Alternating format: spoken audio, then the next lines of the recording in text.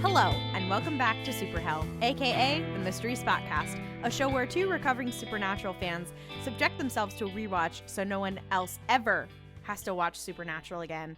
I'm Klaudia, my pronouns are she, her, and you can find me on social media at Klaudia Says, K-A-L-U-D-I-A Says. And my name is Ollie. I use any pronouns, and you can find me on social media at Ollie Fresh. It's fresh with a PH. Hi. Hello. How is everyone doing? You know. Yeah, I mean, the world is kind of a hot mess. Yeah. Well. You know what we have to bring you today? A Supernatural playlist. I hope that helps. So yeah, here. Sorry. Or congrats. I don't know. I ain't it's reading hard all to that. say. I did want to follow up. If you haven't listened to our last episode, we did request listeners to do some homework. One of those assignments being send us a song that reminds you of Supernatural. Give us your justification for why. And we'll put it on a playlist, which is now linked in the show notes. The other thing I will say, I had asked for you to email it and to send us a Tumblr ask, which was a great idea at the time. But as I've been having to compile them, I was like, we should have just made a Google form. So there's a Google form now that you can fill out. Because, oh my God, I'm so stupid for not just saying that. So yeah, if you have a song idea, fill out a Google form. That's also in the show notes. I did want to shout out, there were a couple submissions that we got that are it's so brutal. That whole playlist is really the tonal shifts on that playlist are freaking crazy. In the way that Supernatural is, to be honest. One that really sent me, I was like, okay, we're getting an MCR song immediately on here. Yeah. Devilman Things on Tumblr sent Burn Bright. And I was like, oh my God, get that on here now. Another anonymous person sent a Sizzy Rocket song, and I was like, oh my God, fellow Sizzy Rocket fans, stand up.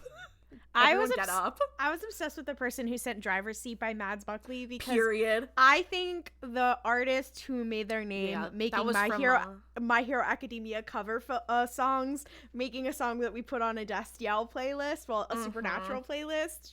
Yeah, we're returning to our roots. Yeah, and that was from Hannah, but you sent us an email and I read that. I very much appreciated it. Yeah.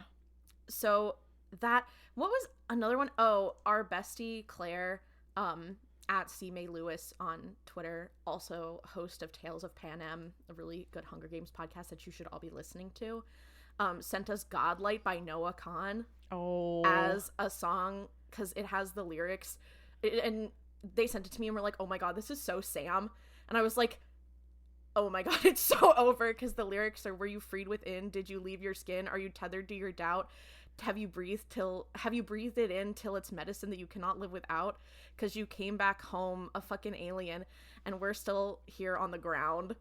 Oh. I'm like, oh wow. So... Claire and I have been talking nonstop. This is a different Claire, not Claudia's partner Claire, different Claire. But we've been talking nonstop about Sam Winchester, and it's detrimental to my mental health. He's a little guy we don't really talk about enough. I will also say Mads Buckley's other song, Brother, which was written about Toya and Shoto Todoroki in My Hero Academia. You always find a way to make it about anime. No, but my point is that song, the first time I ever listened to it, before I got to the lyrics, I was like, oh, this is about the Todorokis. I was like, wait, this kind of fits Dean and Sam. Hold on. Yeah. Wait a minute. That's crazy. Hold on. Yeah. I will. Some other honorable submissions. Swamp Moth on Tumblr sent us a bunch of songs. The one that made me shit my pants and scream and cry and throw up was Caesar on a TV Screen by The Last Dinner Party, who I freaking love. And was talking about how it's so Godstiel from season 6. Oh. And because also it's just, that song is just about being okay, well, fuck, I exist in a context, but if I didn't exist in a context, I'd be fucking awesome. Yeah. That's also I do have to say another oh sorry, you go ahead. No, who was the person who put in Personal Jesus by Depeche Mode? I know that was from an anonymous user on Tumblr. I was like, fuck, that's good. Holy shit, that's fucking crazy. All of these are so good. We can't go through all of them. because there's a lot. I think there's like over 20 now. So please keep sending them in. Like I said, do it with the form. I haven't added all of them to the playlist yet, but hopefully by the time this episode comes out, I will be caught up. But like I said, that is linked below. Also, I do have to do a shout out to the first person who did DM me on Twitter immediately as soon as he heard this episode, and that is Jaden at Chiss Gaga on Twitter. We love you, Chiss Gaga. They were like, Shadow of a Man by Lady Gaga. Yeah. And I was like, you are fucking crazy, but you are so right. I am fucking crazy, but I am literally free. Also, he was also like, you should put Love Drug on there. And I was like, I will put it on there because you asked, bestie, but that is like not one of my favorite songs on that album. So no, but it's about it fitting Supernatural more than it being a song that we like. So that makes sense. You know what I mean? So please send your submissions in. I've had so much fun like going through everyone's music taste because I'm such a music nerd. Yeah. And it's so hard for me too because I have so many songs that I'm like, oh, I want to add this, and I'm like, no, this has to be a fan curated. And like maybe I'll add a couple. I did add Who Believes in Angels by Brandi Carlile and Elton John, and I'm like, oh, I was listening to it in the car while I was driving my dad somewhere and was like, oh, and we were like talking about something, and I was like, I need you to shut up. I have to lock in. I'm having Destiel time on the way to this doctor's appointment. Please. So Destiel really never leaves you. Mm-mm. It's there for you when you're a teenager, and it's there for you when you're driving your dad to doctor's appointments. Like, it's always there for you. No, literally. Exactly. Oh, speaking of driving, this is a separate note. I'm moving on. God! I found out a piece of Supernatural lore. Oh, God. There is, and this, probably everyone listening to this knows this and is going to be like, you're an idiot.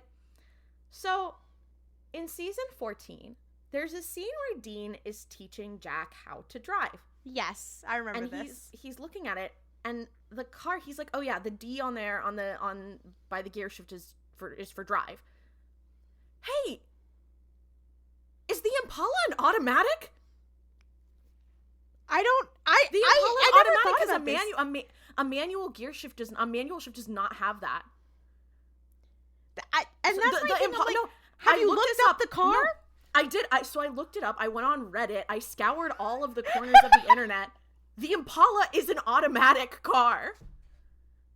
Dean Winchester is out here driving this this badass car that's like, yeah, it's so cool. I'm such a guy's guy. He's revving the engine, and you have to be. And in that car, it has 3 pedals. One that's like the brake, one that's the parking brake, and one that's the gas. He is pressing the parking brake and the gas. Like, he's not actually holding the clutch. Oh, Dean Winchester. To rev the engine. That's so... Wow. And what I think that probably is audio, is the people doing, the audio engineering and, the sound effects on the show. You know, they probably are just saying, oh, what sounds cool? Just put in what sounds cool, like a classic car. But I do like the fiction of Dean being like, I know that this is an automatic car, but I still want it to sound cool. The idea of, also I do obviously he knows how to drive stick, but I do think the idea of Dean not knowing how to drive stick because he learned how to drive in the Impala is really funny. And then Bobby having to teach him in his 20s being okay.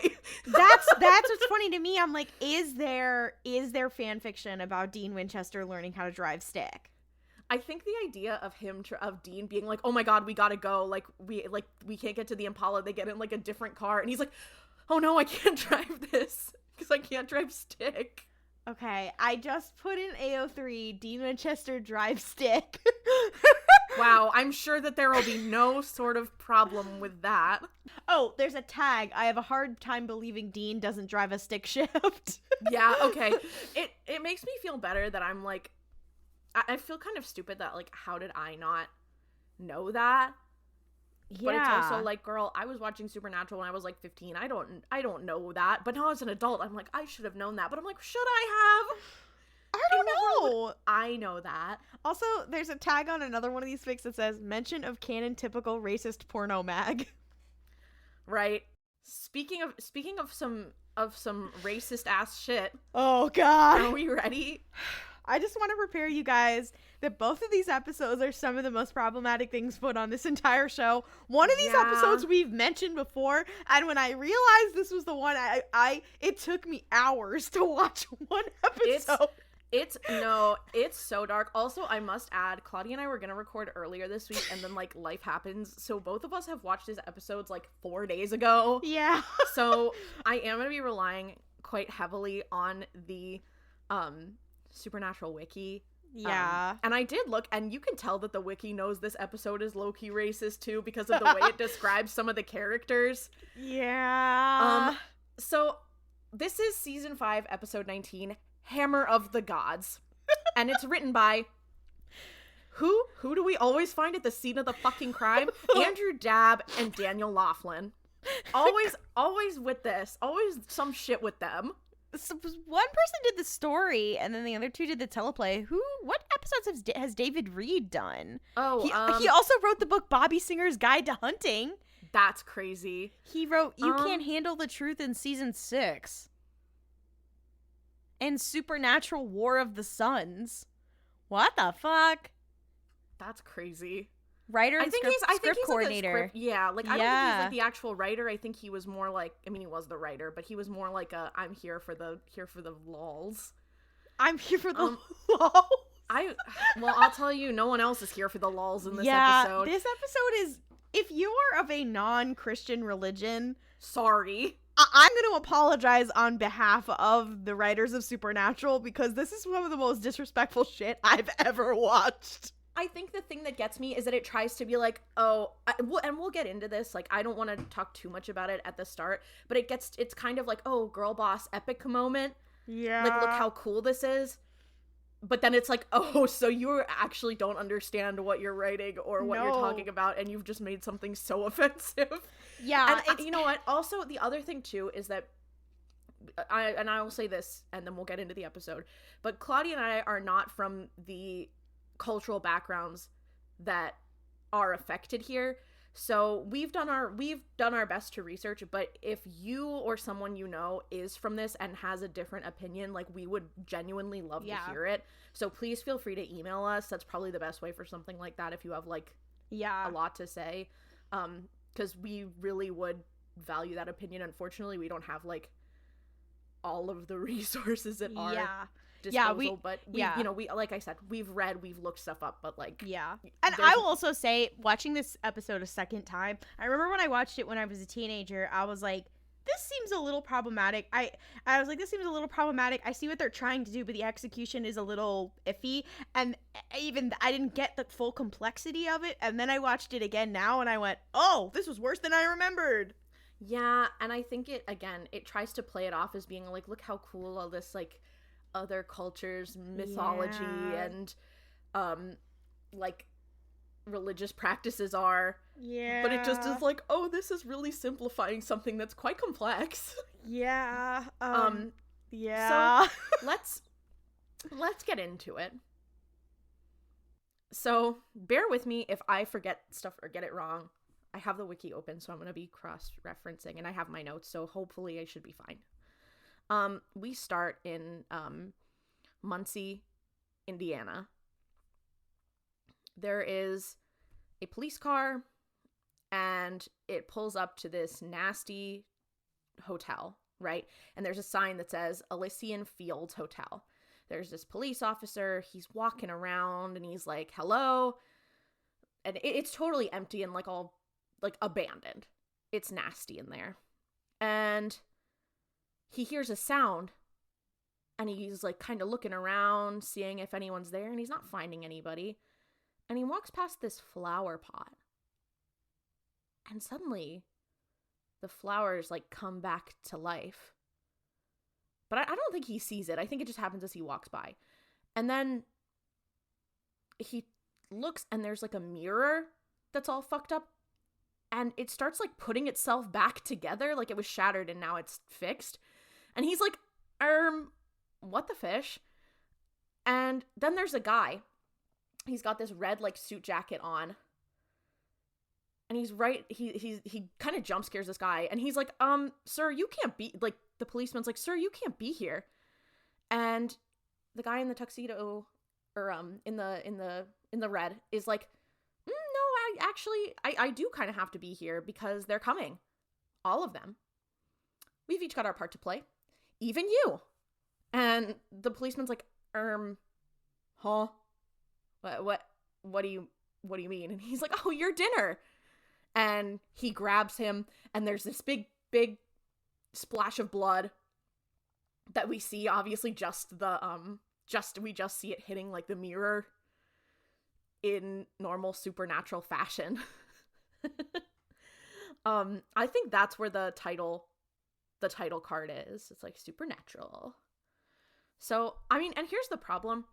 At first, like, if you don't know what this episode is about, you're like, this is actually pretty good. Yeah. Like, if you have no cultural consciousness, this is a pretty good episode. Well, and don't they write this show for people with no cultural consciousness? Ooh. Yeah. Ooh. Who said that? Who said that? Do you ever think about how the channel, the CW, used to be UPN and used to have a lot of like pretty good like black sitcoms? Then they were like, we want white teenagers to watch this, so let's make Supernatural and a bunch of other CW shows. Oh my lord. Let's think about that. Anyway. So we cut. It's shitting down rain. Like, it's torrential downpour. Sam and Dean, we see the Impala. It pulls up into this hotel, the Elysian Fields Hotel. We see the sign. But the hotel looks like really nice now. Like, the outside, the exterior's like pretty put together, and there's like lights and stuff. And they go in and they're looking around it, and it's a kind of a totally different place than it was before. It's beautiful. There's like tables set up. There's like everything you'd expect to see in like a luxury hotel. And you could tell they're kind of like surprised, like, why is this middle of nowhere? Why is this hotel here in the middle of nowhere? They go up, and the guy in the red from earlier, he has a name tag that says Chet on it. He's standing behind the counter, and he's like, oh, are you like here to check in? And he starts going to check them in, and he's very like almost feels like mythical in a way. Like he's like, oh, are you here to check in? Like, I'm like, produces everything that they may need, and it's very like, oh, like cartoon butler-esque. Yeah, and then at one point he's like, oh, and we have pie too, which is of course Dean's favorite thing. Like, everything is like a little too perfect. Yeah. But they're like checking in, and Dean's like, whatever, I'm having a great time. Sam is a little weirded out. Like, he can tell the vibes are off, but he's like, okay, whatever. And as they're checking in, Chet, this guy, is like, oh, it looks like you have a shaving nick, sir. Because Dean has a little cut, like, right under his jaw. And Dean looks, and it's bleeding. And he's like, oh, that's really weird. And Chet, like, produces a tissue out of nowhere. And Dean starts cleaning it. And it's just like, oh, that was weird. Do you guys have a coffee shop here? And Chet's like, we have a buffet. It's all you can eat. Best pie in the tri-state area. And Dean looks over and is like, oh, all right, man. So he goes to go get a pie, and Sam is with him, and he's like, something's off. And Dean's like, well, okay, I'm going to go to the buffet. You can go find a table. I don't give a fuck. This is awesome. Is this the part where he says, unpucker, Sam? Yeah. So true. There is some very Andrew Dad-like lines, but feel like, again, they're doing the performance of Sam and Dean rather than being actual Sam and Dean. One of them, that unpucker is crazy. That does feel like something Dean would say, though. I do agree with your point, but that does feel like something Dean would say. Yeah. They just have them like one right after the other, and you're like, this dialogue is crazy. So Dean is like going through this buffet, and there's a guy next to him who's like, oh, like just a random guy there. He's like, oh, this is heaven, right? And Dean's like, oh, buddy, trust me, it's better. And the guy looks at him like, huh? Huh? And then Dean is like, okay, I've got my little snacky poos. I'm going back to my seat. And he's walking, and he walks past this woman. and she's very, very beautiful. She has this dark red dress. She has a martini. And she's also, fun fact, she is the reporter in season 1 of Yellow Jackets who Misty kidnaps and hides in her basement. So okay, wild connection. I was like, oh my god, this is so Yellow Jackets coded. No, but she's beautiful. Another thing to note, she is Indian. So just keep that in mind. Anyway, this is a mouse tool that we'll use for later. Yeah. But Dean walks past her and he goes back. He's like, oh, how you doing? I'm like, okay, Joey. Sorry. Hopefully our listeners aren't too young to know who Joey is. I mean, we're a Supernatural podcast, a show that likes to reference things that its target demographic does not know all the time, yeah, so... That's true. But he's like, oh, how you doing? He's like trying to make a conversation, and she's like, no. And he's like, well, hey, I don't know. And she's like, no. And he's like, oh, all right, well, worth a shot. And he goes and he sits down with I almost said he sits down with Table. He sits down with Sam at the table, and he starts going to eat his pie. And Sam's like, we should get back on the road. Like, we should go. And Dean's like, dude, it's like rain. It's like shitting down rain outside. Like, we could not have driven through that. And Sam's like, yeah, but it's literally like a biblical level hurricane outside, like Noah's Ark style, and we're sitting here eating pie.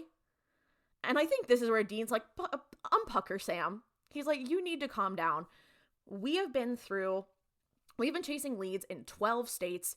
Bobby is still monitoring like all these supernatural angel, Lucifer, demon activities in every single way we know. We are gonna figure this out, because again, they're still trying to figure out like, how do we beat the devil, whatever. But he's like, yeah, Bobby's gonna figure it out, or we're gonna figure it out, and we're gonna find Adam and Cass. But you need to not be burned out. I also need to not be burned out. So we need to enjoy, for one time, a nice night off. And they kind of leave the conversation there. Sam kind of begrudgingly agrees. And then we see, like, as they're kind of like, oh yeah, let's just enjoy a night off with no case, whatever.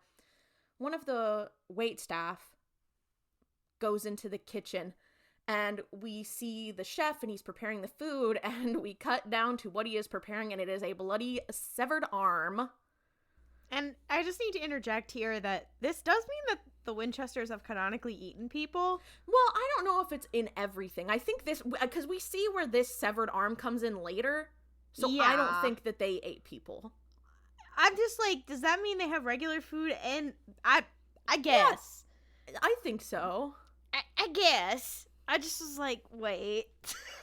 Wait. Spoilers alert. There will be some light themes of cannibalism later. Yellow Jackets moment. This is like the Yellow Jackets crossover episode. That would be really unfortunate. Yeah. If Shauna Shipman was here, she would have this shit locked down. She would have killed Lucifer in like 2 seconds. I think anybody could have killed Lucifer in 2 seconds other than these two chuckle fucks. I have to say, I don't agree with you on that, really? But okay. Girl. They're kind of stupid sometimes. I mean, yeah, but like, you're not a serious person. Yeah. Well, that's kind of also what this episode is about, is what bitch can kill Lucifer. A period. So Sam and Dean go back to their room, and they're getting ready, and like in the hallway on the way to their room, there's like this couple, and they're like all up in each other's business, like they're about to start doing something a little nasty. And they go into their room. Dean and Sam are in their room, and Dean's like, oh man, like this place is nice, like there's little chocolates on the pillows, and they got Casa Erotica on demand. And he pulls up like a tape, and Sam's like, ew, first of all, don't show that shit to me. Second of all, aren't you a little weirded out that there's a 4-star hotel located on a no-star highway? And Dean kind of like, he clearly is like hearing what Sam is saying, but doesn't really want to agree with him. And then they hear the couple next door to them start, like, making some fun time noises. And it's, like, very loud. Like, very loud. They hear, like, the furniture squeaking, and Dean's like, oh, geez, okay. But then they hear, like, another boom, and, like, the bricks start dislodging from the walls of their room. And they're like, okay, so fuck, something's up. So they run next door, and it's empty. The sheets are all where they're supposed to be. The room is perfectly pristine. The only thing they find is a diamond ring lying on the rug, but everything else is gone. There's no luggage, there's no people, no nothing.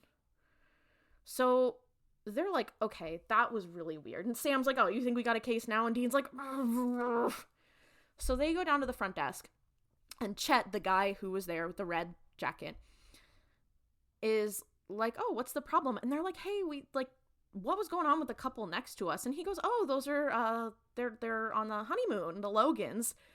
And they're like, yeah, so, like, where are they? And he's like, oh, they checked out just now. And Dean's like, okay, like, that's kind of weird, because they were kind of, like, you know, fucking nasty. They seemed like they were kind of doing something right now. And also they left this behind, and he holds up the ring. And Chet's like, oh, haha, I'll just put that in our lost and found. Don't worry. And he takes the ring. And Sam and Dean are like, okay, clearly something is weird. And he's like, okay, do you need anything else? And they're like, oh, no. And he's like, all right, you guys go do your thing. And they're walking away. And Dean's like, one night off. Is that too much to ask? And Sam's like, okay, you know what? I'm going to monitor Norman Bates. And you go investigate. So we cut. Sam is watching Chet. Chet goes to leave the desk, and Sam kind of stalks behind him. Then he kind of turns around a corner, and Chet is gone. He has no idea where he is. And then suddenly Sam, like, has this issue, and he winces, and he is bleeding from this tiny little cut, like, right near his jaw. Same place that Dean had a cut earlier. And Sam's weirded out because, like, Chet is gone and he doesn't know what could have done this. If it were me, I would be like, oh, fuck, it's a horsefly. It's a horsefly. It's over. I don't know if they have horseflies. I assume they have horseflies in Indiana, right? I don't know. If you're a horsefly in Indiana, please leave a comment. Yeah, and like and subscribe. Like and subscribe and leave a comment if you're... Remember when you used to be able to rate YouTube videos? Yeah. Ugh, God, that was are crazy. we old? Fuck. Yeah. We cut to Dean. And, all right, here's where it starts. So, here's where it starts getting a little weird. Dean's walking down the hallway, right? He has the EMF meter. He's reading, trying to figure out, like, what's going on, see if there's any ghosts. And he's not really getting any hits on it. And he walks past this room that has an open door. Why this door is open, we may never know. That's what I was thinking. Like, why the fuck was the door open? But he walks past, and you can assume he and his peripheral vision, see a fucking elephant. There is an elephant in the room. A literal elephant in the room. And that is a joke that happens again later, but it's like, there's an elephant in the room. Dean walks past, and then he's like, wait a minute. And he goes back to look, and there's just a guy there. And keep in mind, he's black and a little bit, a little chubby. So it's important that, again, his race is unfortunately important to the story. Yeah. But so now it's just a guy standing there, and he has like a towel wrapped around his waist, and Dean's like standing there staring at him, and he's like, hey, this is not a peep show. And he slams the door. And I just don't understand why the door was open in the first place. Okay. If it's not a peep show, why are you acting like you're trying to get peeped on? Like, why is your door open? If you're getting out of the shower and you're an elephant, why is your door open? Yeah. Also, I know it's going to be revealed who he is later, but also I find the casting interesting given the fact that Ganesha is a Hindu deity. Not that there aren't, black people who are Hindu or whatever, but I was like, they just decided to have... They didn't give a fuck. They played fast and fucking loose with this. Spoiler alert. all of the people here are different gods from different denominations, but don't tell anyone I told you that. We'll get there. Yeah, we'll get there. So then we cut, and Dean's still looking around, but we cut to a man who's white. I feel like I have to tell everyone, like, now the race of all of these new characters, because suddenly it's important. But there's a guy, he's handsome, he's tall, he's average, and he's here with this woman from earlier with the red dress, and he's putting this necklace on her, and he's like, "You are so beautiful," and she's like, "You're sweet," and he goes to kiss her, and she's like, "I hate sweet." She's serving a lot of cunt in this episode. I'll say that. She's so sexy. It's like, I'm like, I feel like my nose is gonna start bleeding. She's so sexy, but I can't do it with, like, what the fuck is happening. Yeah, I'm like, get her out of there. Get her out. I'm like, diva. So Chet shows up to these divas and is like, "Hey, the final guests have arrived and the pantry is stocked up. I think the Winchesters might suspect something, but I got it under control. Everything, we should be good to go." And the woman is like, "Do you have their blood?" And he's like, "Of course." And really, really fast, he's like moves across the room and then comes back and has 2 little vials. And he goes, "I'm quick. Boys never even knew what hit him." So he's fast. That's his special power. He's fast. And she says, "Thank you, Mercury." This was the point in the episode where I went, "Oh, fuck, it's this one." Mercury? The fact that those are they're not going with the Greek version of the names either is so, like, what the hell? It feels, I don't know. It's just so stupid. God, and it will get worse. It will get worse. So the other guy there is like, "All right, time to get the show on the road." So Sam and Dean meet back up. They're in the lobby. They're trying to be like, okay. Dean's like, "I think I saw an elephant, but, like, I don't know." And Sam's like, "Girl, what the hell?" Anyway. They make a Babar joke. Yeah, he's like, "I think the amount of Babar jokes that they have made in the last, like, 4 episodes. Yeah, I'm like, what the hell? Is Babar collecting a check? Like, is it, like, product placement? Like, are they about to start talking about, like, Amazon Prime next? Like, please. I got this salt so fast. Remember when they did that on 911? It was so Of course I do. Stupid. I bought this PS5 on 911 on Amazon.com with Amazon Prime. I should bleep all that out and be like, if you want us to talk about you have to pay. Yeah. But they're kind of talking about what they've found. But they kind of stop talking. And Sam looks around and is like, the lobby's, like, empty. There's, like, no one here. So they're like, uh-oh, okay. So they run for the doors. Doors are locked. And Sam's like, okay, we need to, like, think about this, like, for real. This was, like, a random fuck-ass detour off of the highway.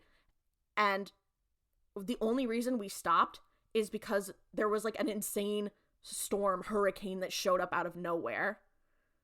In the eye of the hurricane, there is quiet. Don't make a fucking Hamilton reference right now. For just a moment. A yellow sky. I'm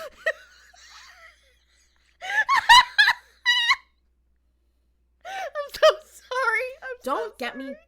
Don't do this to me right now. I'm so sorry. I had to. You're obsessed with saying "I had to" about things you did not have to do.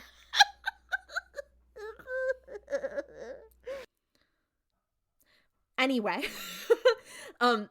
But Sam's like, fuck, we are totally, like, we're like rats in a maze. Something drew us here. And they're like, okay, we need to investigate. So they start looking around. They're in the kitchen and they're like, okay, there's no staff. There's no one. And they notice that there's, like, a pot on the stove, and Dean walks over and it's red. And he's like, "Oh, please be tomato soup. Please be tomato soup." And he lifts up the ladle and there's eyeballs in it. And he's like, "Oh God." He puts it down, and him and Sam are like, "Well, it's fucking over. Like, something's not right."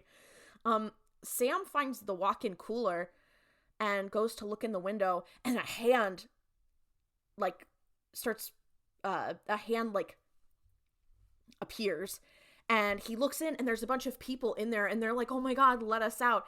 And Sam goes to unlock it, and Dean's like, oh my god, like, you have to hurry up, because whatever freaks are here surely don't want us to be doing this. Sam turns around and looks, like, right over Dean's shoulder, and Dean literally is like, there's something behind me, isn't there? That's what I meant when I was saying the Marvel dialogue. Shut up. He's right behind me, isn't he? No, that's literally what happened. It's so stupid. I feel like Sam and Dean are the epitome of, he's right behind me, isn't he? And you guys might want to take a look at this. like that's constant. like literally the two of them. It's So again, another important thing is that over his shoulders, so Dean turns around. One of the men standing behind him is a heavy set East Asian man. Again, both will unfortunately be important. They take them basically into custody, and they go into, like, the hotel ballroom, and the woman... Taking them into custody is a wild way to describe They are it. putting them into custody. They need to be put on... They are... Yeah. But, and, like, all of the other characters that we've seen, like, I could feel, like, the woman in the red dress, the guy who she was talking to, freaking Chet/Mercury, and, like, a couple other people are all waiting there.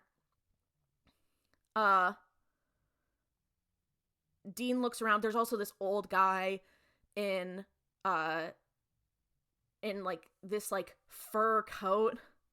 He's like this old Midwestern white guy, which Yeah. I think is actually kind of that might be one of the funniest portrayals of this particular character. They're also all wearing fucking name tags. So this is where it starts getting really bad.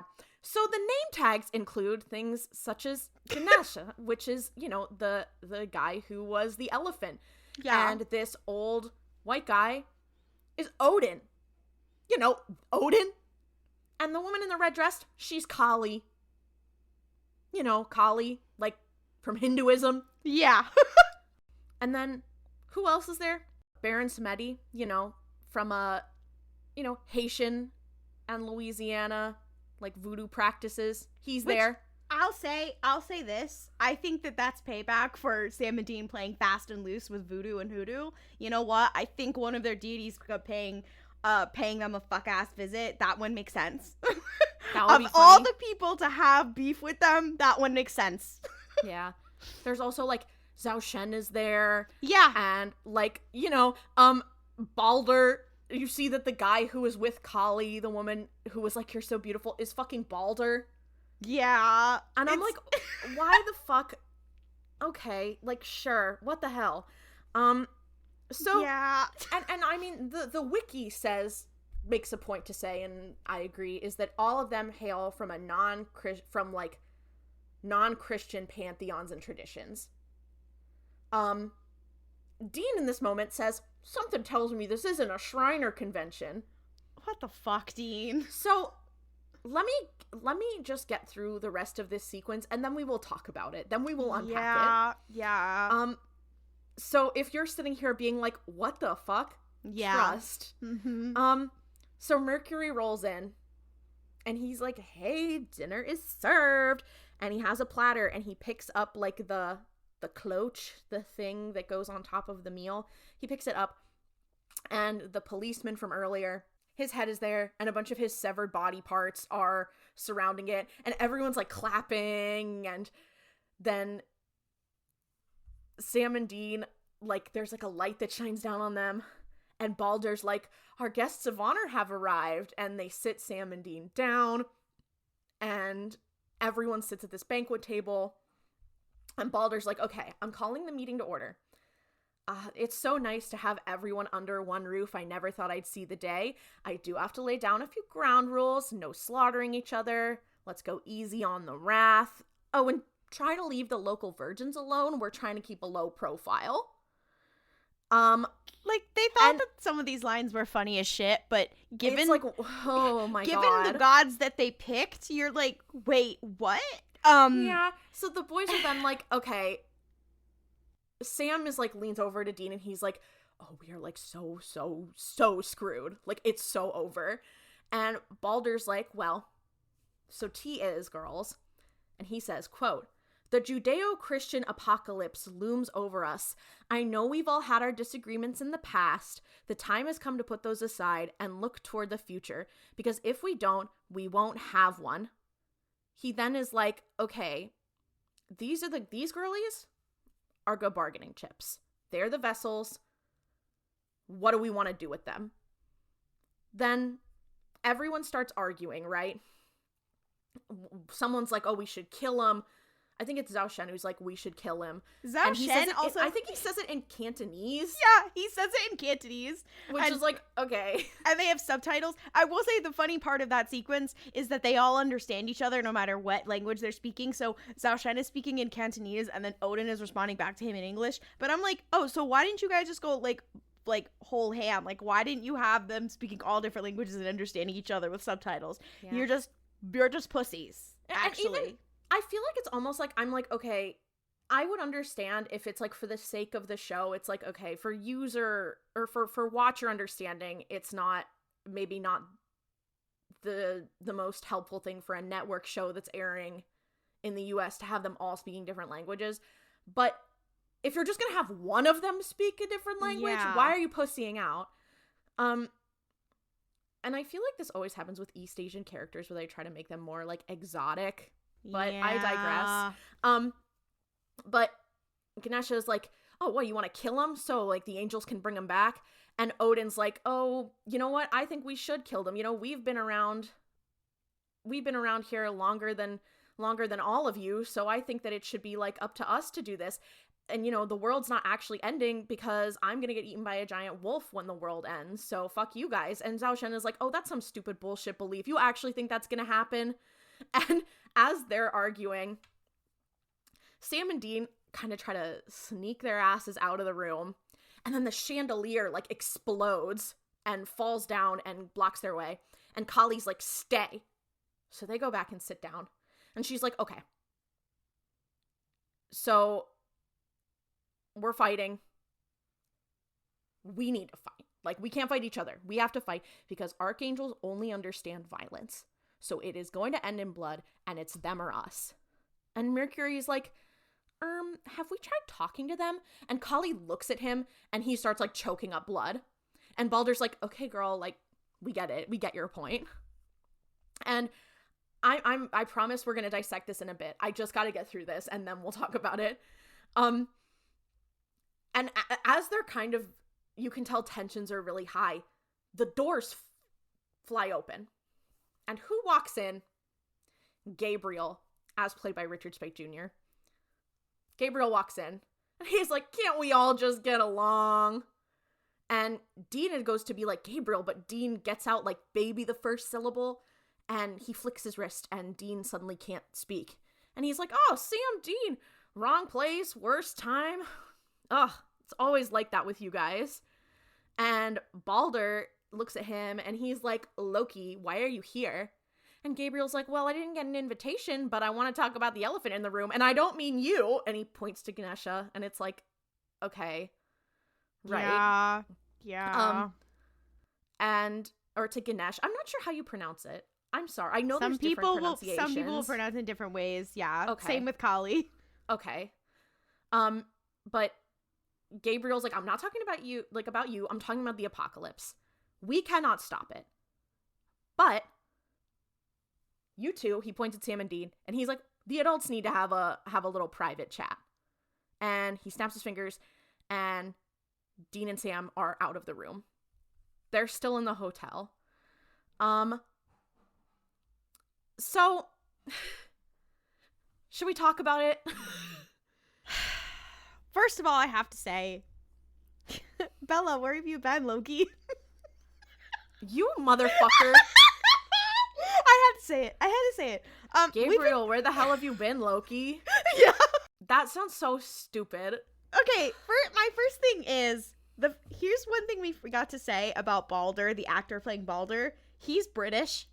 He is British, yeah. Having a white British guy with the goddess Kali is I was like, oh my god, when will British colonialism end? What the fuck? No, that's so he's playing dark. a Norse god, but he's a British guy? Like, yeah, well, yeah, and I don't think Odin is British. Yeah, he's just like some Midwest guy, which I think is funny as shit, honestly. No, that's a funny choice. It's also so fucking funny to me, because I'm just like, if it was like, oh, we have Greek gods, and we have, like, deities from, like, ancient religions, okay, I'd still be like, but whatever, that's something pop culture has been sampling from for a long time. But you have got, like, people from religions that people actively practice. Yeah. Like, yeah. and not just like, oh, small circles, like Hinduism, like major world religions. Yeah. No, what the fuck? The one that shocked me, because I was like, oh, Zhao Shen, I've heard this name before, whatever. I am not Chinese. I go and I look it up. I think it's kind of insulting. I don't know. Chinese people who listen to this can tell me. He is known as a kitchen god, a kitchen deity of the hearth and home, and they make him be the guy chopping people up in the kitchen to eat people?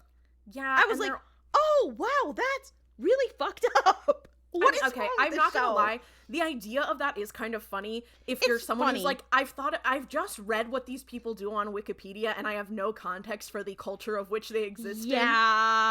It's so, also, I'm just like, it's just so shocking to me, because another thing we find is that, like, and we'll talk about this more, but the initial shock of seeing them is like, oh god, I know the Supernatural writers are not going to handle this with any tact at all. None. But the other thing that gets me is that it's like they all are getting together because they're like, oh no, Christianity, they're so much more powerful than us.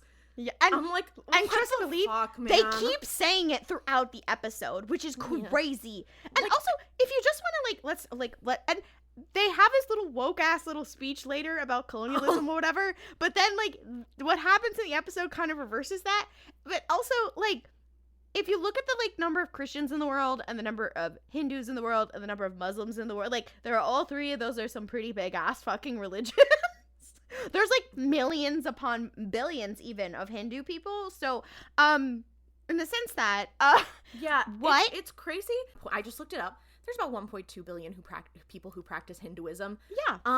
So, you know, I mean, I think even if you were trying to make the argument of like, oh, the gods are only as powerful as they are proportion of people who worship them, like, I think that's an interesting way to examine it. And like they've done that in the past with like in this show of characters who were like used to be gods or like used to have this high standing, and then they fell out of favor and are no longer worshipped, so now they're not as powerful. Yeah. But you can't do that with Hindu. Yeah. I'm like, Hindu deities. I'm like, it doesn't work like that. I'm like, Kali and Ganesha? Really? Guys. Like, no, it's crazy. And it's also like, it's so weird. It's so strange. It's so fucking weird.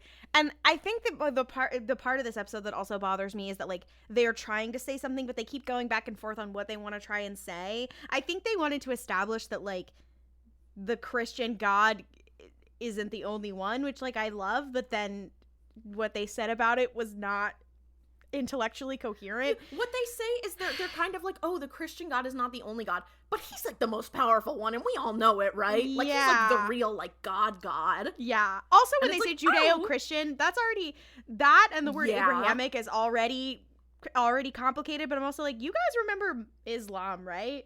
Like, also believes in the same God and angels, and Muhammad is a prophet. Okay. Yeah, you know, I think I'm glad Supernatural never touched that one. The crazy part about this episode is just that, like, I don't know, like Kali the Destroyer, she's like, they're like, she's a girl boss. I'm like, she's literally the goddess Kali. Like, she's like one of the most powerful goddesses ever. No, it's like we're talking, like, fucking Odin's like, oh, the world's gonna end, like, if I do this, blah, blah, blah, the world's gonna end with I'm like, Kali should be the one to be like, excuse me. Well, she does at one point. I will give them this. She does at one point. But, like, her whole thing is, like, the destruction and recreation of the cycle of destruction and recreation of the world. So you're just like, in the sense that, also, I looked in the trivia for this episode, and it said that there was a like uncredited actor like who was in the background of some of the scenes playing Isis. I was like, they got Egyptian gods in there? Jesus Christ. Fuck. No, fuck you. Man, fuck that. Yeah. Also, this is where we do get the reveal of, well, we got the reveal before, but the more of the lore about Gabriel being Loki. Oh my God. It's so okay. half-baked. Also, I'm sorry, because here's the problem. There's two ways to go about this. One that I think is canon, and one that I think you have to interpret it as for it to make sense with the lore. Yeah. Because the other thing is, Odin is saying, like, in this scene, I don't remember if it's in this scene or if it's in a later scene, but regardless, it's not like a spoiler.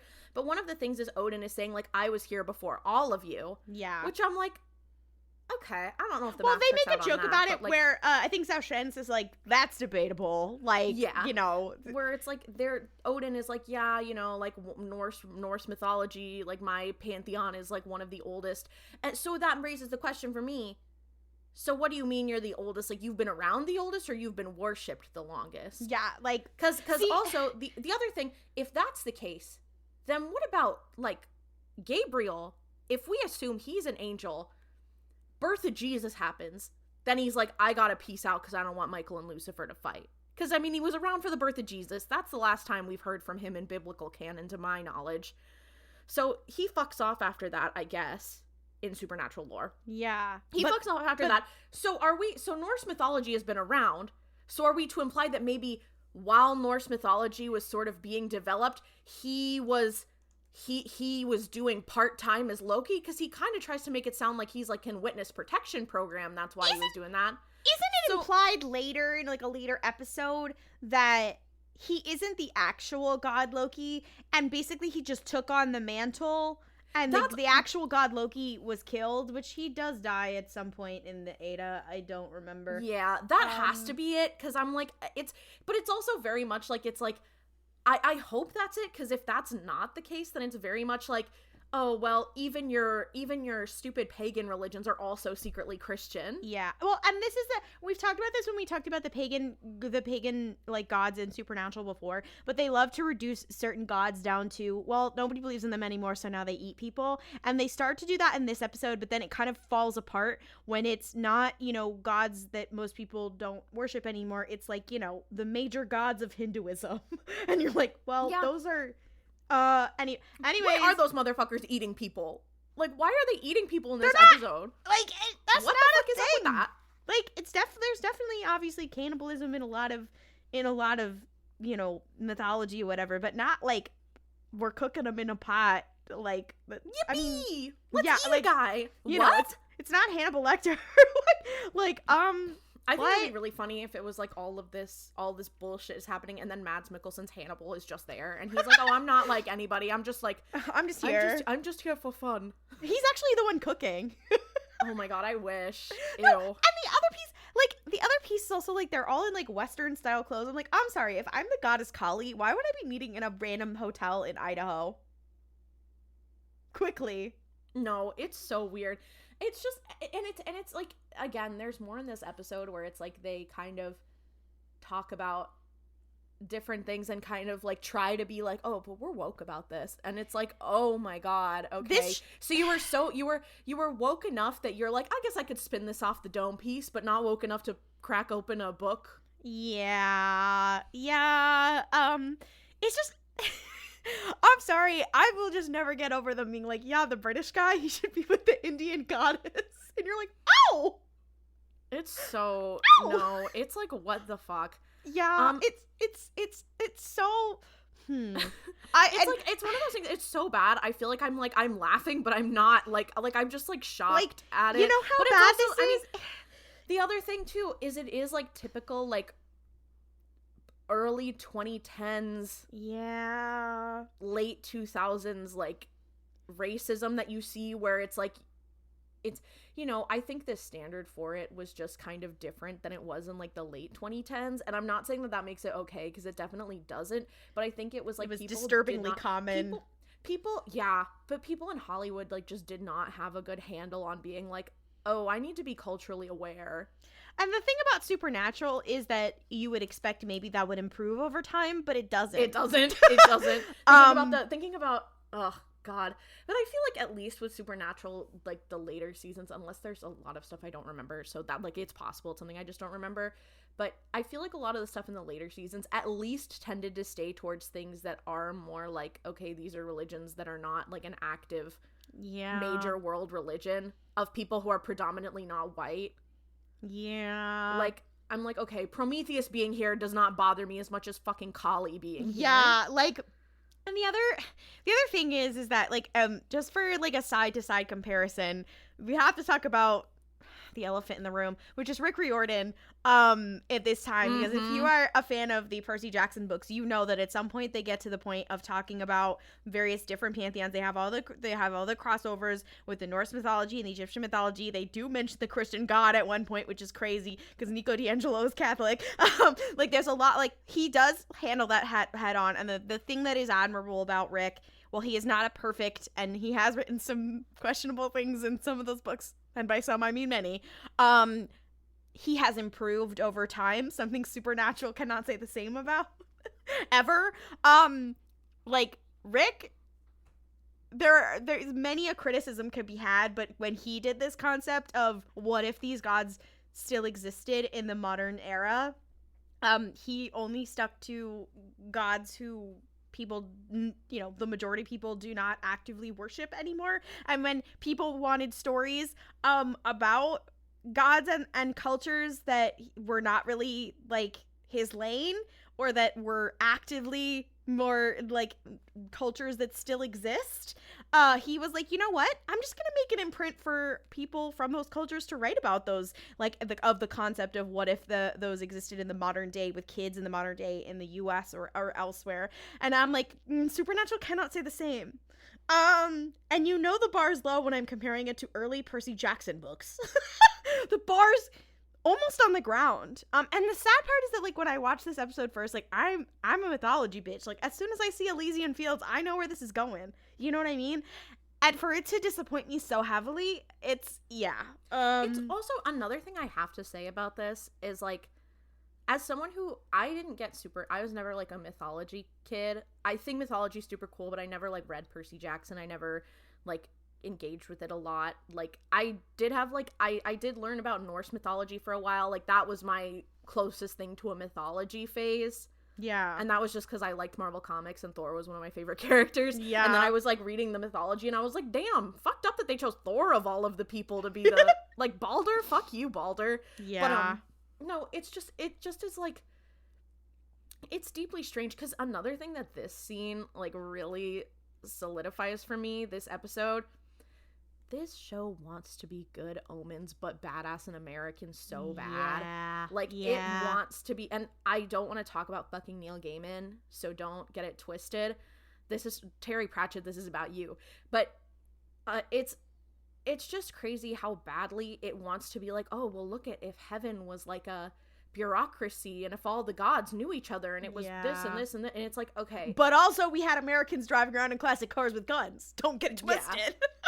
No, and I think Eric Kripke and, like, other producers on the show have talked about, like, obviously Good Omens has influenced this, and this is also before the show. Like, this is, like, Good Omens, the books, like, but even so, it's the existence of that book and, like, its impact on how people view, like, or how, like, people in entertainment view, like gods and, like,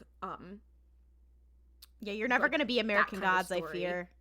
Yeah, and I say that, and that's also a problematic show. I say that with full hatred towards Neil Gaiman. Even if I'm not saying it, I'm always saying fuck Neil Gaiman. I've always been a hater, so yeah. But, and the other piece is, like, Supernatural, and they've been very open about the fact that Supernatural is a combination of Star Wars, Die Hard, and Good Omens.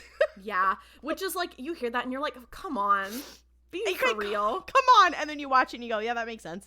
Yeah, and you're like, and the X-Files, obviously. Yeah. Oh, the X-Files. All pieces of media that are ostensibly better than Supernatural. Which is a lot when I say that Star Wars is better, because it's not much better. Yeah. As we recall, Gabriel / Loki, whatever the fuck, disappeared them, like, it transported them to another room in the hotel. And Dean's like, okay, all right, fuck, it's so over. Like, they're both going back and forth like, oh my god, we are fucked. And Dean's like, okay, we need to get these people out of the freezer. And then maybe we can, quote, gank a few freaks along the way. Interesting use of language. Okay. Ew. So they're like, okay, we got to get the people out of the freezer and then we got to go. Then Gabriel shows up and he's like, hey girls, don't do that. And Dean's like, okay, well, this has your stink all over it. Like, this is totally, all of this is your fault. And he's like, okay, no, actually, I didn't even know this was happening. So y'all are lucky I'm here. I'm like the Costner to your Houston. I'm here to save you. Like, these bitches were gonna kill you. Or, like, use you as bait or something. You are boned. And Dean's like, okay. But up until recently, you were the one who was doing the boning. And I'm like, why are they saying it in this way? yeah, he's like, you were trying to get us to, like, play our roles, right? What happened to that?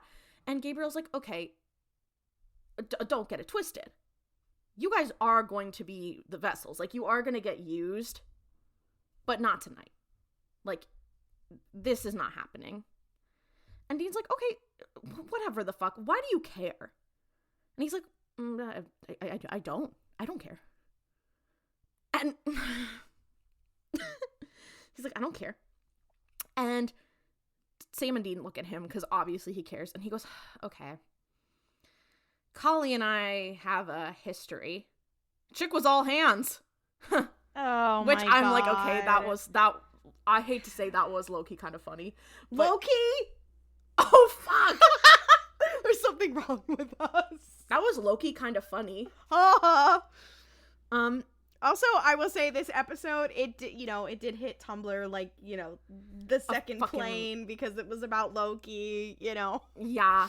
But to be fair, this episode came out I believe it was pre-Thor, so. Yeah, but a lot of the girls didn't get into Supernatural until after, yeah. But he's like, I'm sorry, okay, sue me, I'm sentimental. And Sam's like, okay, fine, whatever. Say we trust you, whatever. Could they do it? Like, could they stop Lucifer? And Gabriel's like, no, that shit is stupid. And Dean's like, yeah, that does seem kind of stupid, Sam. And Sam's like, okay, do you have a better idea? No, and Gabriel's like, shout out to Sam though. Shout out to Sam for being like, okay, well, it kind of makes sense that some of the most powerful gods of various pantheons might be able to beat him. And they're all like, well, no, you stupid idiot. Of course Christianity is more powerful. And I'm like, well, hold on, Sam might be cooking. And this is why Sam eventually becomes a witch. So this is the other thing too, where it's like Lucifer is so powerful that he could defeat all of them in one, like with one to all of them. But Christianity is the more powerful one. We all know that, right? Right. Okay. So Gabriel's like, no, Lucifer would wipe the floor with them. We need you, the three of us, we need to go. And Dean's like, okay, so can you just like zap us out of here? And he's like, well, no, Kali has a blood spell on you guys. So you guys cannot leave the building. And I'm like, so an archangel can take on all of these bitches at once, but you can't break a single blood spell? None of this makes any sense. None of it. And also, he says that she has one on him, too. And I'm like, how could she do a blood spell on an angel? Right. I gotta stop asking questions. Yeah. The answer is stupidity. So he's like, okay. He pulls out like a breath freshener and puts little spurts of it in his mouth. And he's like, all right, I gotta go work some black magic of my own. And Dean's like, okay, cool. You're gonna get the bitches from the freezer, right? And he's like, oh no, it's gonna be hard to get you chuckle fucks out of here, but that's like impossible. And Dean's like, okay, they think you're Loki, right? So they don't actually know that you're like, Gabriel the Archangel. So why don't you help us get these people out? And we won't have to tell the girlies in there who you actually are, because they don't seem particularly like pro Angel. And Gabriel's like, okay, well, fine. Yeah, sure. I'll just make it so you guys can't speak. Like, you will not be able to tell them. And Dean's like, don't you think anyone would ask a question if you suddenly did that? Don't you think they'd be a little weirded out? And he's like, okay, fine, sure. And then we cut. Kallie's hanging out. Wait, before that happens, I think is the commercial. Oh my god, The yeah. fucking Ghostfacers commercial. So a fun fact is that the Ghostfacers did have like an actual web show on the CW website, and there's an ad for it in the middle of this show.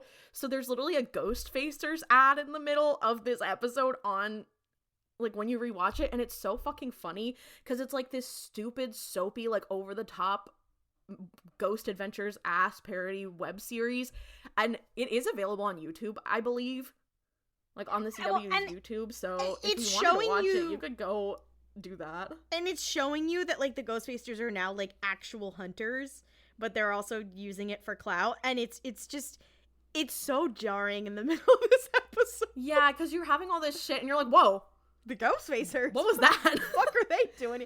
It's really just like, Ariana, what are you doing here? Constantly through the whole episode, you're like, okay, Gabriel, okay, the goddess Kali, Ghostfacers. Literally. It's so dumb. So Kali is like hanging out. She's getting undressed for the day. And suddenly, all of her lights go out. And she turns, and there's a candlelit dinner. And Gabriel shows up, and he has a rose. And she's like, leave.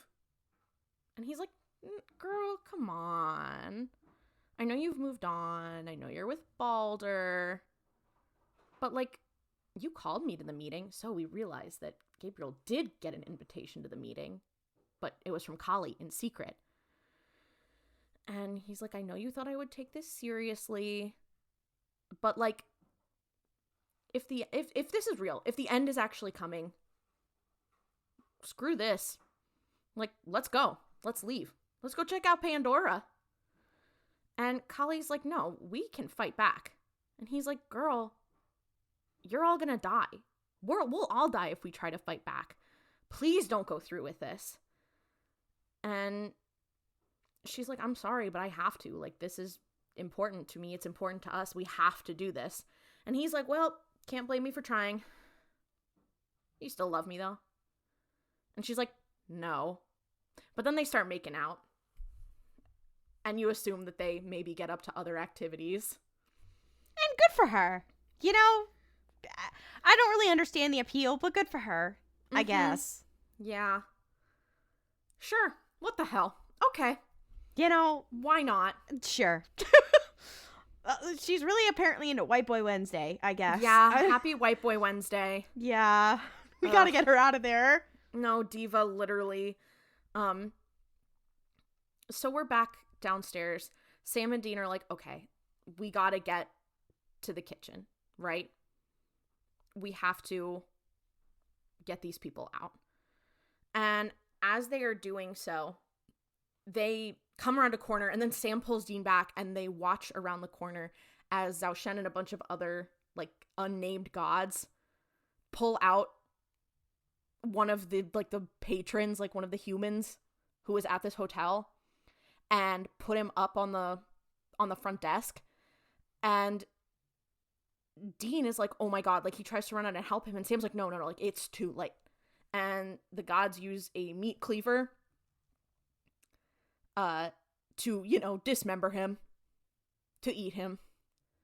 And while this is happening, they're like, okay, we need to use this as a distraction. We got to get to the kitchen. So the boys sneak in there. Sam is, like, picking the lock on the freezer door. And suddenly, Zhao Shen shows up and is like, hey, and starts fighting Dean. And then he grabs Sam and starts choking him out. And then Dean, and this part, what the fuck? Dean shows up again and stabs him with a, you know, like a stake, like a piece of wood, and kills him. This doesn't make any sense. How the fuck? Like, how do you just randomly kill them like they're random monsters? I mean, we've mentioned this before, but like, huh? Not even like blessed with a certain oil or like some sort of culturally significant thing. Just just stab him with a piece of fucking plywood he found somewhere. Again, they're just. I give up. Right. Okay. Sure. Fuck you. So that's happening. This happens, and Dean is like, oh my god, okay, where's Gabriel? Like, he was supposed to be here by now. We cut back. We're in Collie's room. They're, like, making out, and he kind of reaches behind her, and we see that the vials of blood are there. And as he's reaching to grab it, she gives him a little cut on the neck. And she's like, you must take me for a fool, Gabriel. And now she has his blood, and she goes, you're bound to me now and forever. Okay. Like, I mean, it's his vessel. He could leave. He could leave the vessel. I'm like, has witchcraft ever made sense on this show? No. So no, and is it really witchcraft, though? Like, I guess because it's a spell. I just, yeah. It feels a little, yep, yeah. So, Sam and Dean get caught, right? Because Gabriel never shows up and they get found. They get caught.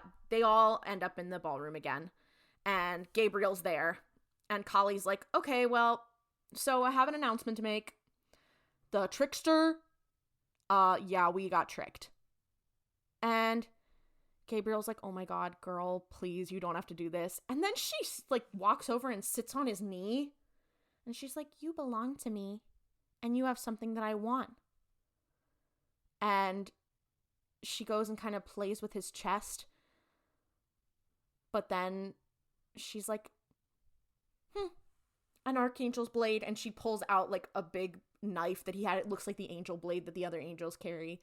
But she's like, it's an archangel's blade from the archangel Gabriel. And everyone is, like, gagged. They're like, what the heck?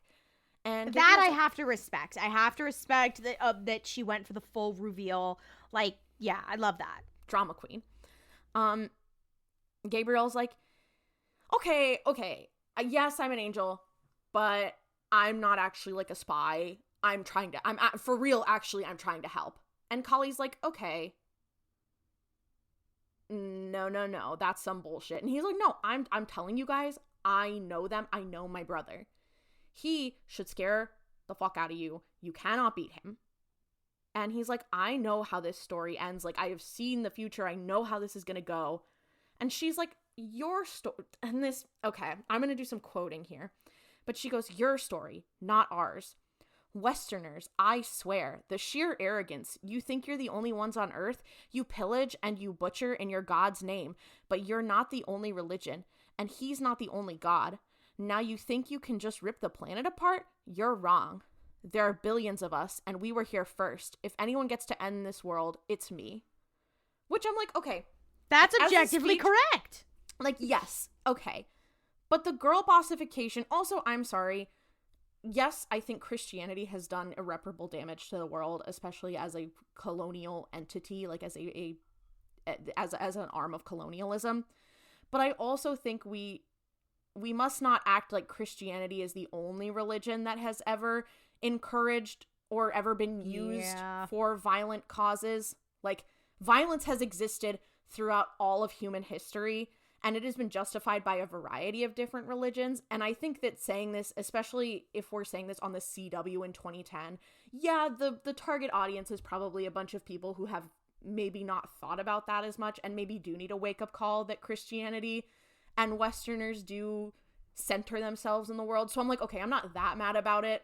But it is still important to consider if we're reading it through a critical lens. Also, again, you're like, we were here first and we're more powerful. There's billions of us, blah, blah, blah. But Lucifer could still probably kill all of us, right? Lucifer's still the strong one, and he's not even God. Like, what? Yeah, and also, again, this comes back to some of the stuff that I've also tried to mention, where I'm like, if he's just an archangel, like, why is he so much more powerful than Gabriel or Michael or whatever? Like, is it because Did Gabriel of belief? fight back? Like what? Well, and they do kind of get to that in this episode that he doesn't want to, but like, I don't know. And they're like, oh, well, you know, an archangel blade can't kill him. And I'm like, well, why not? He's an archangel. Yeah. It doesn't make sense. It doesn't make sense. Yeah. So this girl boss speech happens, and she looks to Gabriel and she's like, I'm sorry. And she takes the archangel blade and stabs him with it. He has the same, like, angelic death glow that they have where the eyes and the mouth all, like, glow and there's light coming out. And then Callie holds up the blade and she's like, this proves that we can kill Lucifer. And Dean is looking around like, all right, it's now or never. So he stands up and he's like, okay. And he says, fuck me, I guess. Okay. Dean says, quote, all right, you primitive screwheads, listen up. What the fuck? I had to pause it at that point. I was like, Dean Winchester. What the fuck is wrong with you? What is wrong with you? Oh my God. No, because when people are like, oh, the show isn't that bad, it's like, no, it is. It's pretty bad. It's bad. I'm going to read this speech out for you. I'm going to read the quotes. So okay. So he says, quote, now on any other given day, I'd be doing my damnedest to kill you filthy murdering chimps. But, hey, desperate times. So even though I'd love nothing better than to slit your throats, you dicks, I'm going to help you. I'm going to help you ice the devil. And then we can all get back to ganking each other like normal. And then he says, or you lame-ass bitches can eat me. Literally. Oh my fucking God. I can't defend him. I can't defend him. No, because what the hell? I can't. Guys. Andrew Dabb, answer for your crimes. It's like, it's so bad. It's what like the every subsequent scene in this episode, like, it continued to raise my blood pressure the whole time. I just cannot. I can't with this. There were pieces of it that I definitely blocked out, and then I went, oh. Yeah. Oh. Yeah, it's not good. It's really quite bad. So this happens, and I guess Dean's fuck-ass speech worked. So we cut outside, the hotel doors open, and all of the people who are in the freezer fly out, and they're like, oh my God, they're screaming, they're freaking out, they're getting in their cars, and Dean's like, go, all of you, get out of here. And he walks out and he sees the Impala, and he hears someone like being like, hey, get in here. And he looks, and it's Gabriel. He's like, girl, what? So he gets in and he's like, what the fuck? I thought you were dead. And he goes, do you think I'd give Callie my real sword?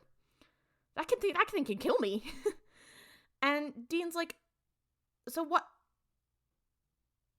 Okay, so it was a fake. And he's like, yeah, I made it out of a can of Diet Orange Slice. That part was funny. That was funny. He's like, okay, I heard what you said. Callie seems to like you, so you can get close enough to get the blood so we can all leave. And Dean's like, no.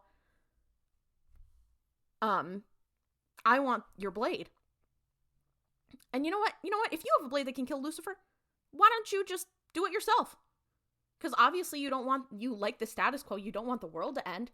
And Gabriel's like, oh, so why are you suddenly willing to team up with all the, quote, monsters? And because he's like, that's what you would consider them outside of here.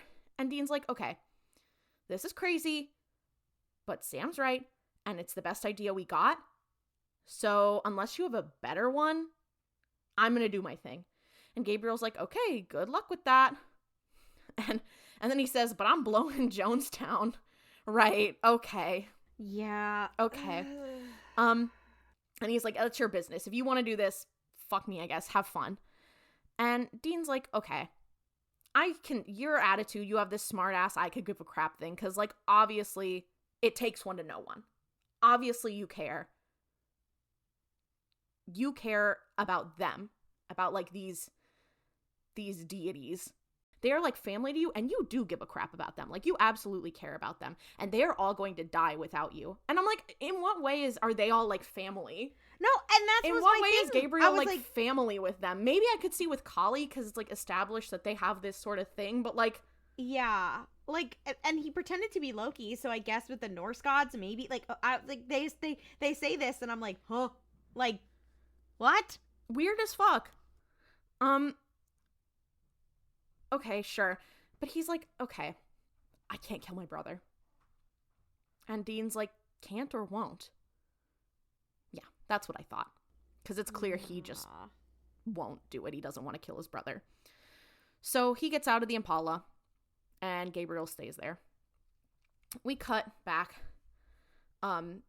Sam is talking to Kali and to Balder, and he's like, okay, so in order to summon Lucifer, which is what we agreed he's going to do, he's like, I just need you guys to, like, clean up some stuff that's written on my ribs.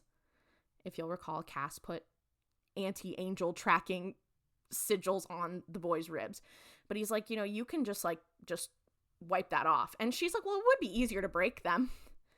And he's like, well, and then Dean runs in and is like, hey, just so you guys know, the sword is a fake and Gabriel's alive.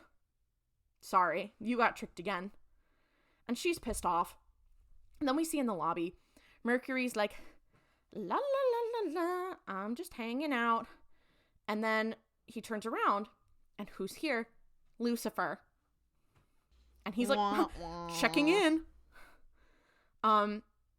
This episode's about to get a lot stupider. Lucifer's like, you were right to call me. And Mercury's like, well, yeah, the bullshit in there was getting kind of crazy. Like, everyone was saying shit. I just needed to call you. And Lucifer's like, I never understood you pagans. You're such petty little things, always fighting, always happy to sell out your own kind. No wonder you forfeited this planet to us. And he says you're worse than humans. And, like, I know that the intent was that he wanted Satan to be critical, but also, what the fuck? No, it's just, I forfeited. Yeah. Right. Forfeited is a really strong term. Yeah. Are you trying to imply, okay, also, does this kind of imply that it's like, well, when people colonized, we were with them. God was with colonizers who were spreading, like, the Christian faith, but you left all of your worshippers to be colonized. What? Is that what you're saying, Lucifer? Because, I mean, the thing about Lucifer is that he is an asshole, but, like, in this show, he doesn't do a lot of lying. Well, that's the whole like, thing of so Satan like, in general, of that, like, he says things you don't want to hear, not exactly lies, but yeah. So it's just like, okay, I guess. Oh! Sure. I don't know if I would have written that, but okay. Yeah.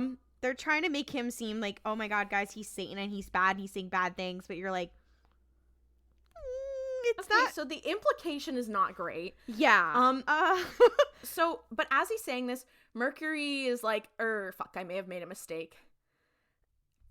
And he's like, oh, you're worse than humans or demons, yet you claim to be gods. And then he twists, he does a little snap of his fingers, and Mercury's neck, like, breaks. And he's like, and they call me prideful. Oh my god, fuck off. Oh, yeah. So we cut back, we're inside of the ballroom. Balder and Kali are like, something's not right. Like, there's some vibes in the air. And then they hear screaming. And we cut. Odin and Lucifer are fighting. Lucifer is, like, crushing him. Ganesha starts to fight Lucifer. And then Lucifer kills the fuck out of him. Kills the fuck out of Odin. Then kills the fuck out of Baron Samedi. Right? Okay. Yeah, much to unpack there. Well, because you forget, Klaudia, Lucifer is real and more powerful than all of these pagans. Yeah, clearly. Of course. That's what, obviously. That's it, obviously. We all know who the correct religion is. Fuck off. Sorry. Fuck okay. you. We're not gonna make it to the end of this episode. Okay. No, we're gonna do it. We told people that once we got into episodes like this, we were gonna be hateration, okay? Yeah. We warned you. So we cut back into the ballroom. Sam's like, it's him. He's here. And Dean's like, can you guys, can we leave? Like, why the fuck is he here? Like, they're weirded out. And Balder's like, we actually can't leave. Lucifer is, stopping us. Which I'm like, how is he doing How? that? But okay. So he has whatever powers it's convenient for him to have for the narrative. And then he shows up and he's like, hey guys. And suddenly he's in the room. Balder's like, stop. What gives you the right to take over the planet? And Lucifer's like, well, no one gives us the right. We take it, and punches a hole in Balder's chest. And, it's a little on the nose, one could say. A little on the nose. I mean, I do like the implication that, colonialism is a thing of the devil. I'm like, okay, yeah. They kind of ate that one little thing. That's true. But I fear we're looking into it in a far woker way than I fear they wrote it. See, I think they thought they were writing it in a woke way, but it wasn't, because look at it. Yeah. I think they thought, we're being so epic right now, but I'm like, I think you've just implied that God was really into colonialism, so okay. Which, I mean, okay. Sure. What the hell? Then Kali's The Christians watching this, I know, we're mad. Then Kali's arms light up with fire, and she starts shooting fire at Lucifer, and the room is, on fire, and Lucifer's like, okay, that did nothing. Because, again, he's in hell. He's from hell. Fire probably doesn't fuck with him that much. So she starts to try to punch him out, and he hits her, and she flies back. And what I notice, and this is funny, I feel like sometimes they don't want to show, they go between wanting to show violence against women and not show violence against women, because it was a really weird cut right before he hit her. Yeah. And I was like, okay. But they're fighting. And then Gabriel shows up, and he shows up to Dean, and he's like, okay, I need you to guard this with your life. And he hands him something. And then he goes to fight Lucifer, and Dean looks down, and it's the, a videotape of Casa Erotica. It's a DVD. Is it a DVD? It's a DVD. And Dean's like, okay. And Gabriel shows up, and he's like, hey. He throws him off of Kali. And he's like, Lucy, I'm home. He also has his angel blade out. And he goes to Sam and Dean, and he's like, get her out of here. I'll hold him off. Get her out of here. The goddess Kali, which is crazy to say. Yeah. And Lucifer's like, you betray me over a girl. And then he says, I knew you were slumming, but I hope you didn't catch anything. What the ever-loving fuck? Guys, you can't see it right now, but I just had to back away from my mic because I'm just like, fuck this show. My God. Oh my God. Oh my God. Oh my God. Andrew Dabb, I better not see you. I better what not the hear fuck? from you. Mm-mm. There's... Fuck. Fuck. You. No. So, then Gabriel's like, okay, you're my brother and I love you, but you are a great big bag of dicks. And Lucifer's like, girl. And Gabriel's like, oh, no, you're gonna play victim. But you know that Dad loved you more than everyone else.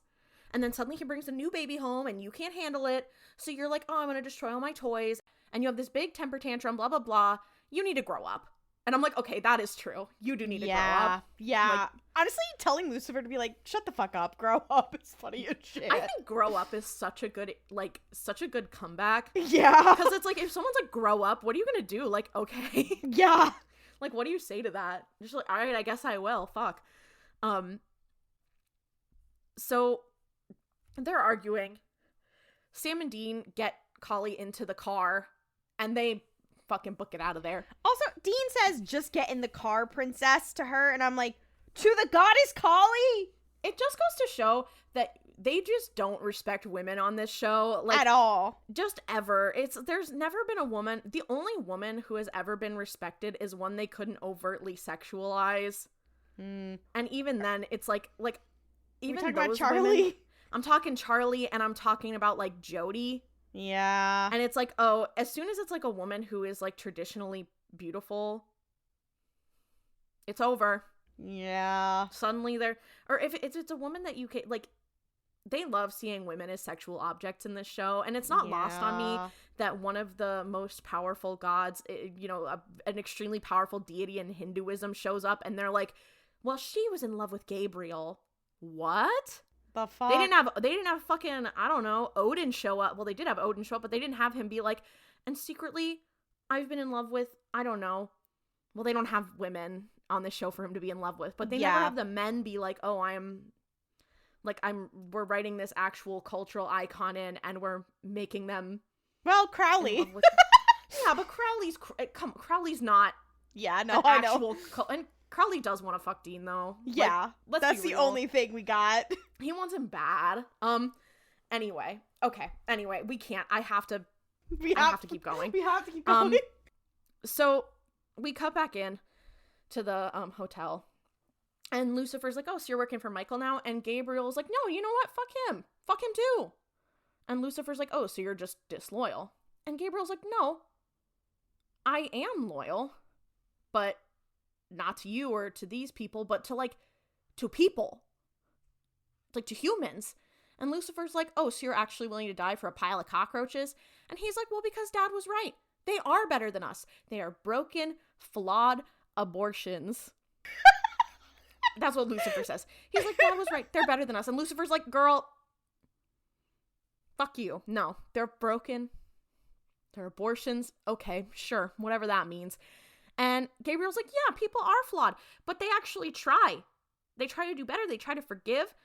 Like, you've been dealing with this like a long time, and you know, I care about you, obviously, but I can't be on your side or on Michael's side because neither of you really give a fuck about people, but I'm on their side." And Lucifer's like, "Don't make me do this." And Gabriel's like, "Nobody's making you do anything." And Lucifer's like, "I know you think you're in the right. Like, I know you think you're doing the right thing." And suddenly we realize the Gabriel who's talking to Lucifer is a projection, and the actual Gabriel is behind him coming up with the blade to stab him. And Lucifer goes, "But I know where your heart truly lies," and turns around and grabs the blade and then makes Gabriel stab himself.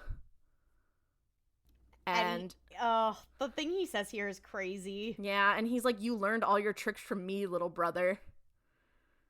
And then Lucifer twists the blade. Gabriel does the whole like glowing as he's dying thing. And Lucifer's like actually sad. Like, he's tearing up, and he lets Gabriel down, and we see it above, like a shot from above, and his wings have burned onto the floor underneath him.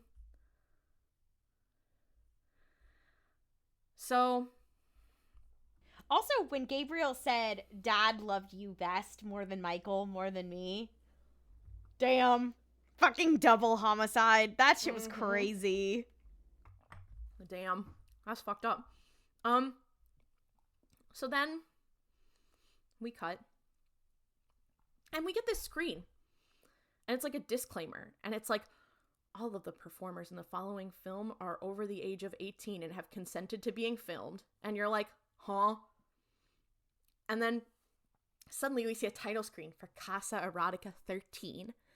And there's a young woman, and she's in her underwear, and she's like, "Dear Diary, it's super fun to be a high-powered executive, though sometimes I just need to relax with Casa Erotica." And then someone's knocking at her door, and it's like, she's like, "Oh, my room service." And we cut, and we see Sam and Dean are watching this tape on a laptop. And Sam's like, "Why the fuck did Gabriel ask you to guard this with your life?" And Dean's like, "Well, I mean, it's a good one." And the guy bringing the room service appears, and it's Gabriel. And he has on like a fake mustache. And he's like, "Did someone order Hungarian sausage?" And he starts kissing this girl. And then he breaks the fourth wall, looks directly into the camera, pulls the mustache off, and he's like, surprise, it's me, in case you didn't recognize me. If you're watching this, it means I'm dead. And, like, you probably do have zero chance of killing Lucifer without me, so sucks to suck.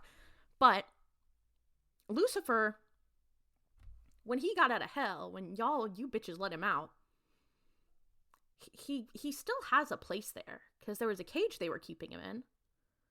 And the cage is still there. You guys might be able to get him back in there. But that is going to be really, really hard. You have to get it open. Then you have to trick him to go back into it. All while not alerting Michael and his girls. So that's kind of the thing you guys need to do. Also, this is something not even Lucifer knows.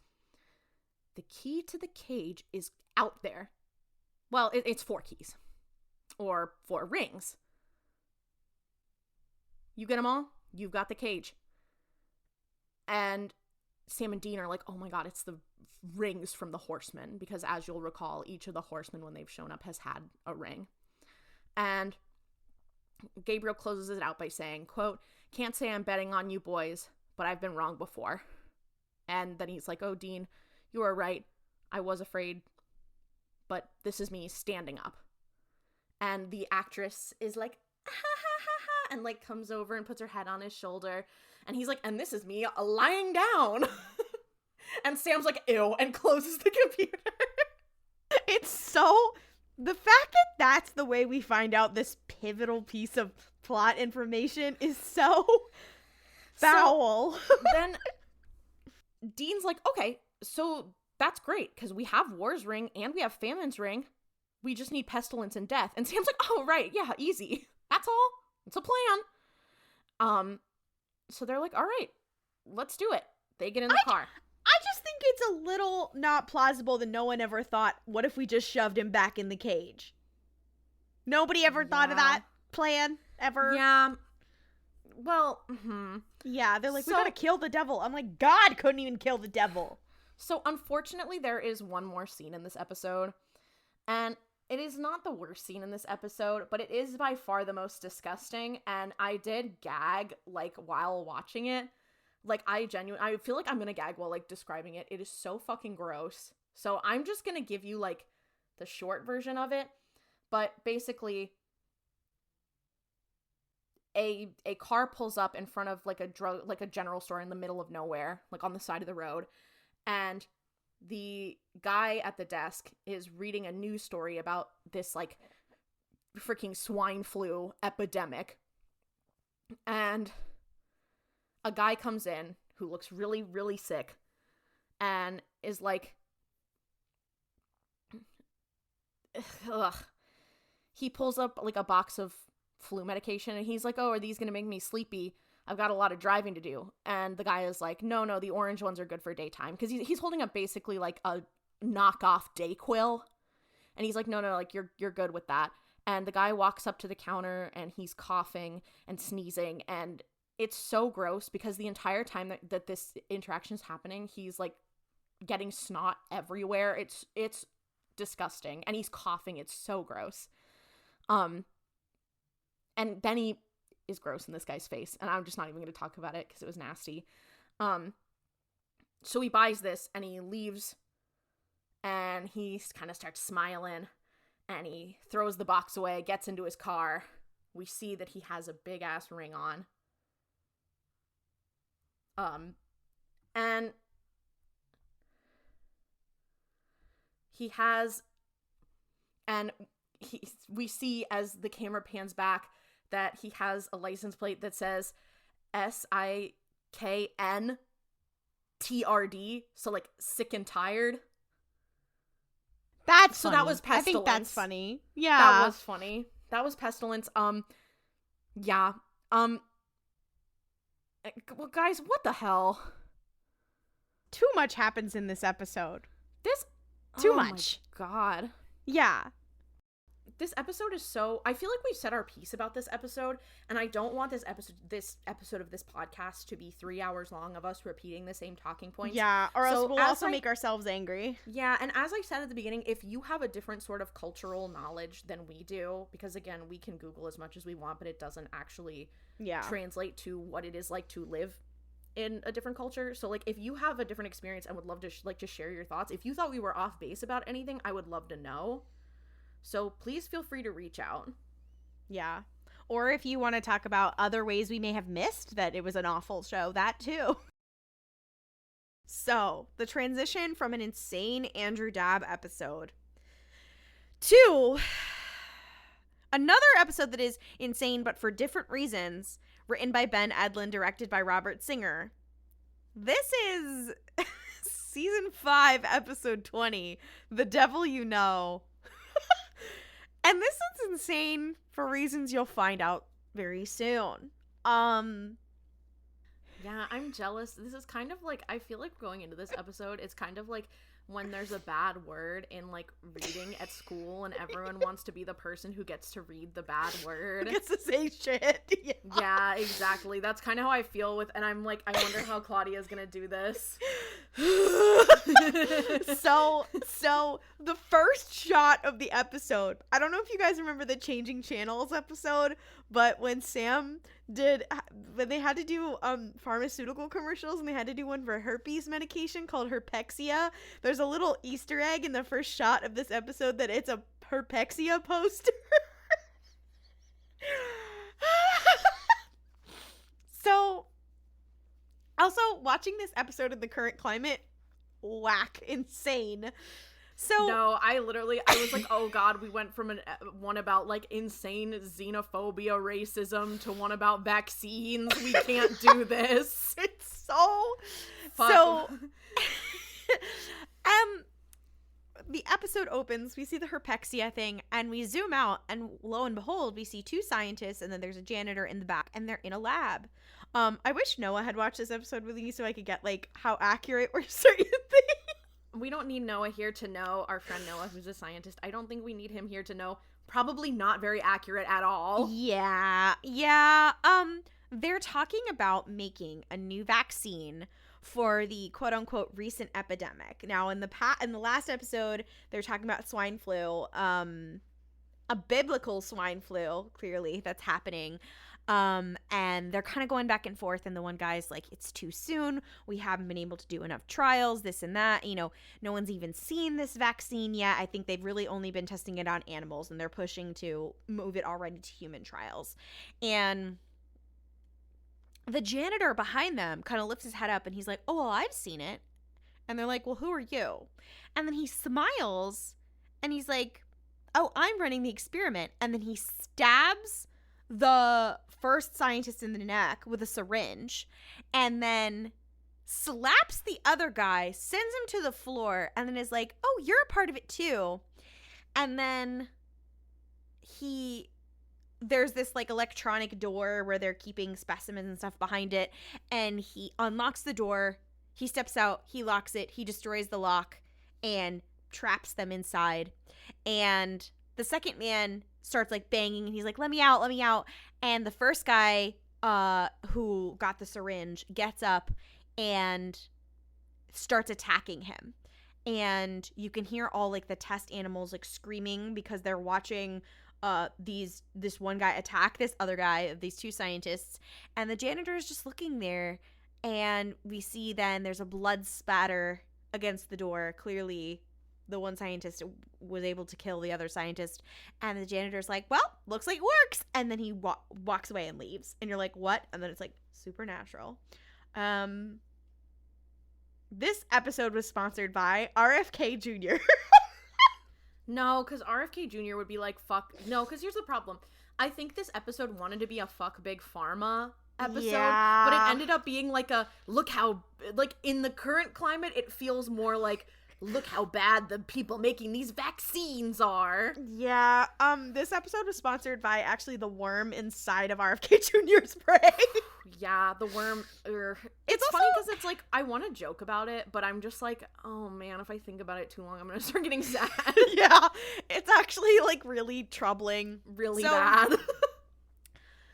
Like, I laugh, but I'm not laughing. Also, when you said about the big pharma thing, one line that one of the scientists says in this scene, he's like, he's kind of complaining about how this has become pure profit-driven crap when they're being pushed to go, like, faster through their trials. And I'm like, okay, he kind of ate that. That's true.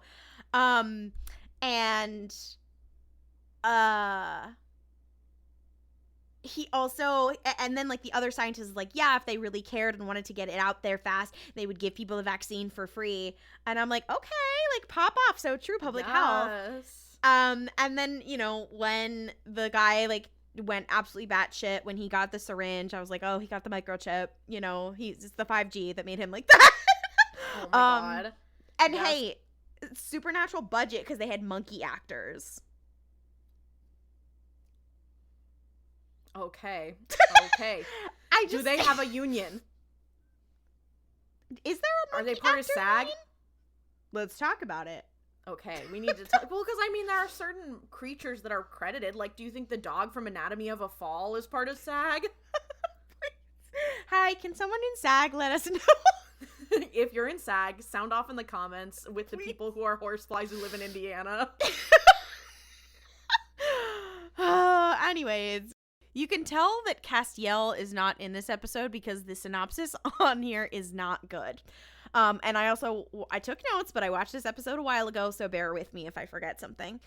So we cut to Sam and Dean. They're on the trail of pestilence, right? From the last episode.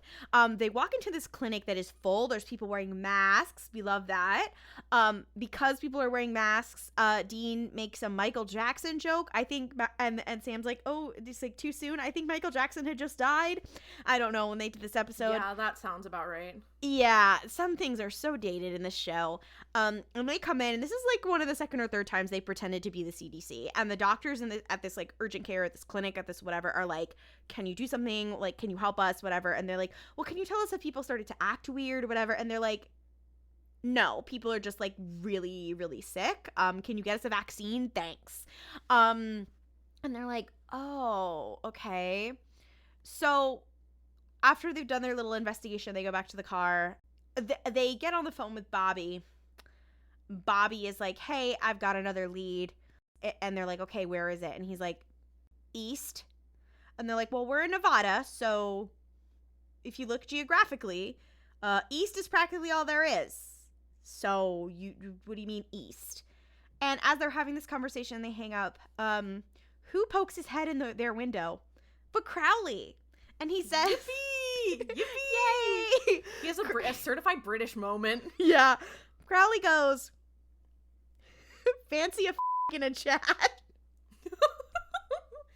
Because that's a word that means cigarette in British.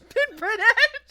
But I know they just use that as an excuse to be able to say on American television. Like, I had to pause it. I was laughing so hard. No, I literally texted Klaudia in all caps. I was like, oh my God, you're never going to guess what they just said on Supernatural. Like, and when you say Supernatural has a gif for everything, they have a gif of someone saying they've got it all, really. So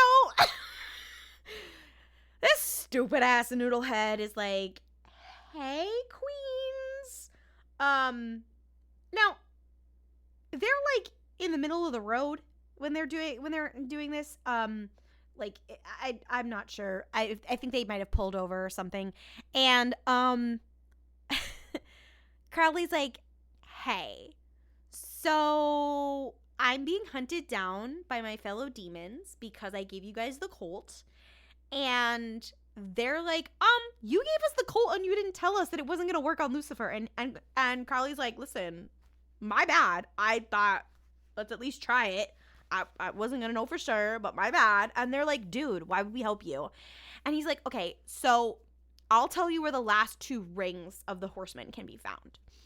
And they're like, how can we trust you? And he's like, okay, why would I be standing in the middle of a road talking to Sam and Dean Winchester under a friggin' spotlight otherwise. Like, be fucking for real right now.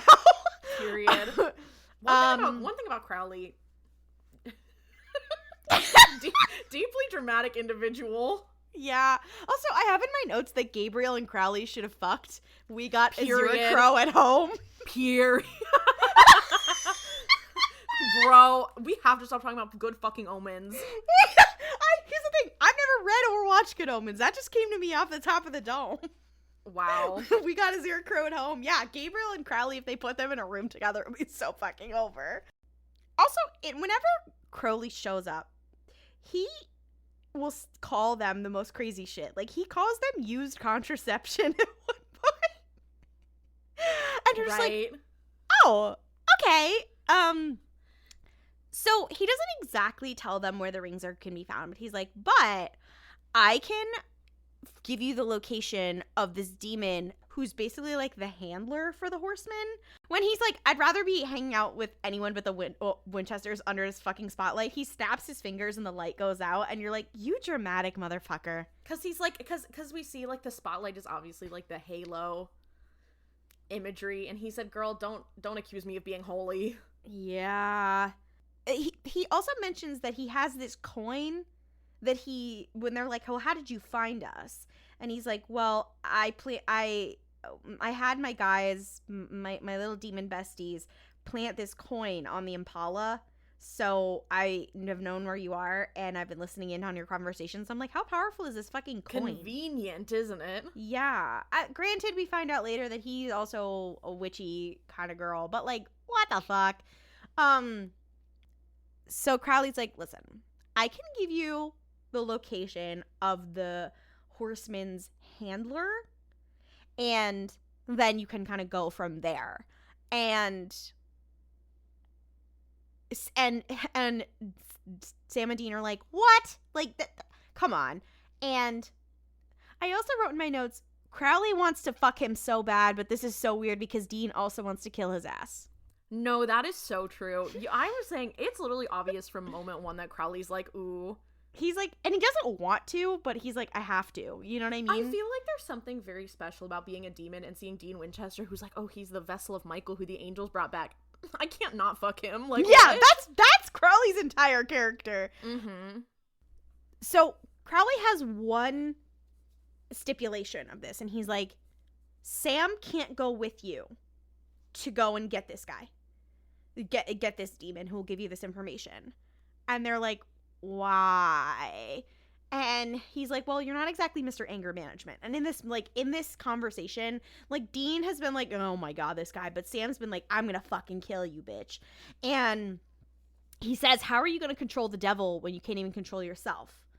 And I'm like, Crowley, why not take him with you? And then Dean goes, but okay. But Crowley goes with Dean. Yeah. And that's the other piece, is that Crowley wants to go with Dean on this little mission together. Again, he's all just an excuse so they can go on a date. So now we cut to Sam is back at Bobby's place, and they start having an argument because Sam's basically like, okay, I know what I need to do. And Bobby's like, what do you need to do? What do you need to do? And he's like, we could get the cage open, but how are we going to get him in it? And he's like, Bobby, when that demon was possessing you and you stabbed yourself so that you wouldn't kill me, which is why he's in the wheelchair, how did you take back control? And Bobby's like, what are you saying? What are you implying? And Sam's like, I need to let Satan possess me and then take control for just the right amount of time to throw us both in the cage. And Bobby's like, no. And that's when he's like, how are you going to control the devil when you can't even control yourself? This is an insane turn of events. We cut to Dean and Crowley's date, aka them staking out this period. Staking out outside of an office building. They had a lot of free time staking out. I wonder if they. No, I'm just kidding. I wonder, but I mean, I'm just wondering. Yeah, you know, like if anyone wants to write something. Yeah, Anyway, send it to us. Send it to us.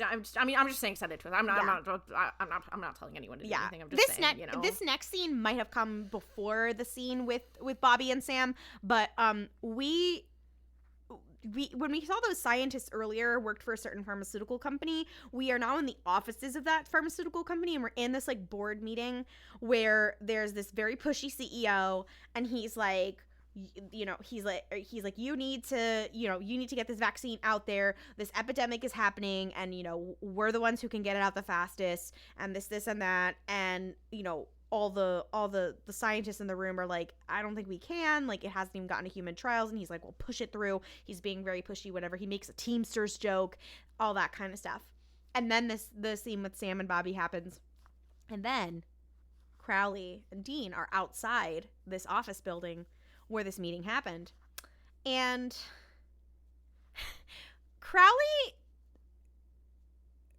Dean's like, okay, so we're gonna go in, we're gonna do this, whatever. And Crowley's like, nah, not gonna do that. And then he's like snaps his fingers, and you see him now, he's inside, and he's attacking the security guard, and Dean's like, oh shit, like I gotta get in there or whatever. And I'm like, wait, Crowley, if you can just poof yourself in there, why didn't you guys poof yourselves to the top? Why fight your way through like this? I think he reveals that it's like warded or something, that like he can't go up or some. Well, no, it's that he wants to use Dean as bait, but also it just seems stupid. But well, that wouldn't have been very entertaining, would it have? I guess. So Dean goes in there and he's like, why did you kill him? And Crowley's like, I don't know, interest of time. Like, I'm trying to be quick. And I'm like, Dean, I love that you care now, but you have, like, used the demon knife on humans who are possessed all the time yourself. So we're just playing fast and loose. So they go in the elevator, and Crowley's like, okay, girl, it's time to put on your performance. And Dean's like, you're not going to come with me? And he's like, no. Have fun. I'll meet you up there. And clearly they're going to do some sort of bluffing situation. Which is like, sending Dean to do the bluffing is hilarious because it's Sam who usually is the one who has to do the bluffing. Dean is terrible at it because of the autism. Dean goes up there. He kills a bunch of the demons. He finds it. It's not clear if they're also demons. I think they were humans. Not really sure. But he goes to the room of the CEO, who, surprise, is a demon, who you see way back in the early seasons. Remember when Meg would contact her boss using the little blood chalice cup when she would talk to Azazel? Guess who's doing that? This demon guy. And he's clearly talking to Pestilence, and he's like, hey, you know, I'm trying to get this vaccine out there, whatever, it's clearly working. You know, they'll never suspect, blah, blah, blah, blah, blah. And when he's done with this call, Dean kind of tries to burst in. He's like, oh, come in. And Dean's a little put off. Clearly, this is hard for him. And Dean tries to bluff this demon. And he's like, listen, let's have a 1-for-1. You tell me where Pestilence is. I'll give you the rings that I have left. And this demon's like, why would I want that? If I tell you that, I'm dead anyway. And also, what I want is not the rings and not the power. Because Dean is going on the assumption that, and Crowley is going on the assumption that this guy wants power. And he's like, I don't want that. He's like, and he's like, you know, how is that going to help me? And in this moment is when I thought to myself, why does this demon care so much about the horsemen and protecting them? Does he want to fuck them? You know, everything can't be about gay sex, unfortunately. But here's the thing, though. All he wants to do in this episode is get revenge for the things that they've done to the horsemen. Yeah, but like, I think it's because it's his job. Like, he's like the horseman protector. No, but he's the only demon who gives that much of a fuck. But because I think it's his specific job. Like, he's gonna be in hot water if he doesn't. No, but he's like, it's not just like, oh, he's gonna be in hot water. He's literally like, I need vengeance for my bosses and for what you've done. Like, he's like personally mad. In a way that other demons are like, oh, I'm just trying to cover my ass. That's what I'm like. It doesn't make sense. It doesn't make sense. So this demon's like, I don't believe you. So he's like, I'm just gonna kill you. However, lo and behold, now Crowley's here. And he's like, evening, uncle. And you're like, uncle? They're not related. It's not like the angels, but like, okay. And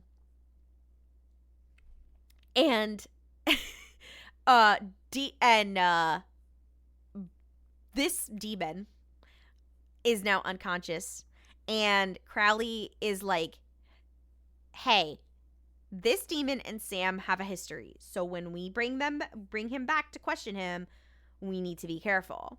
And Dean's like, what do you mean? And then Dean is like, wait, you came in to save me, like, right at the last minute? Like, and you didn't even prepare me for this? And Crowley's like, what? Like, it worked. It went like clockwork. What's the problem? They're so fucking funny together. Like, they're so... No. Crowley is simultaneously like, God, you're a pussy.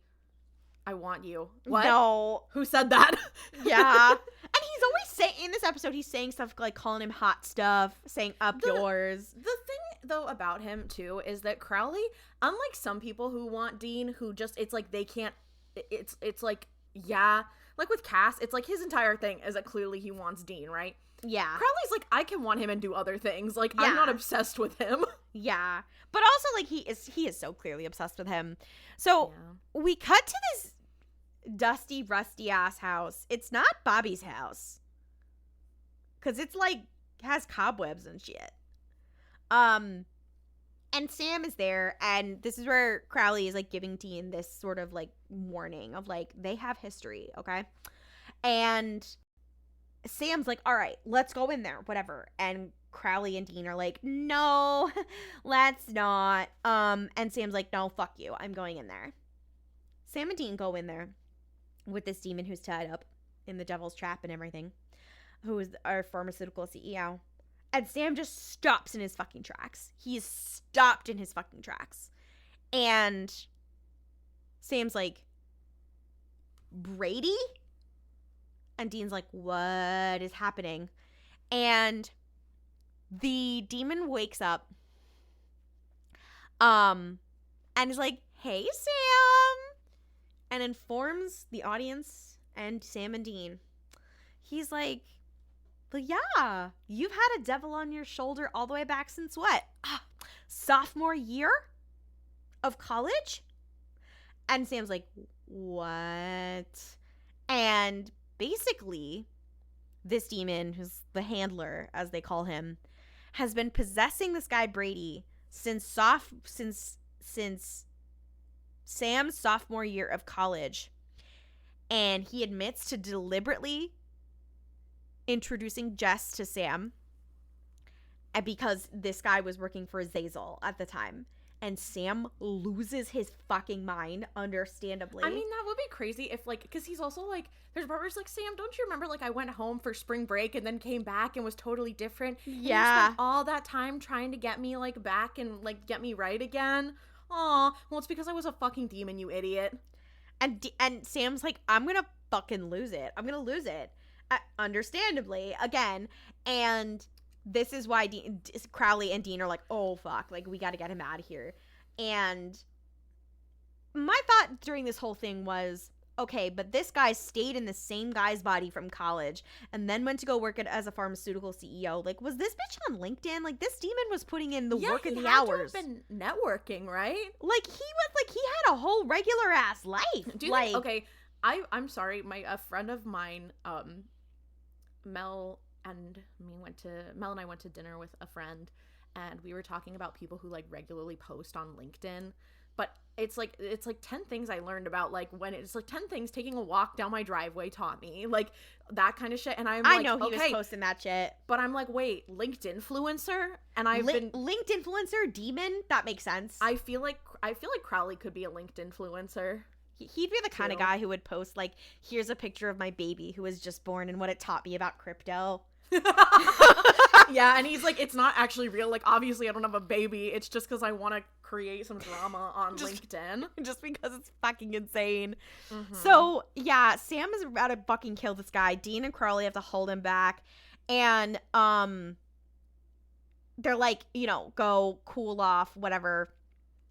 And Dean's like, listen, I know you're pissed, understandably, but we need this guy to kill the devil. And Sam's like, let me at him. Don't stand in my way. And he's like, go, like, cool off.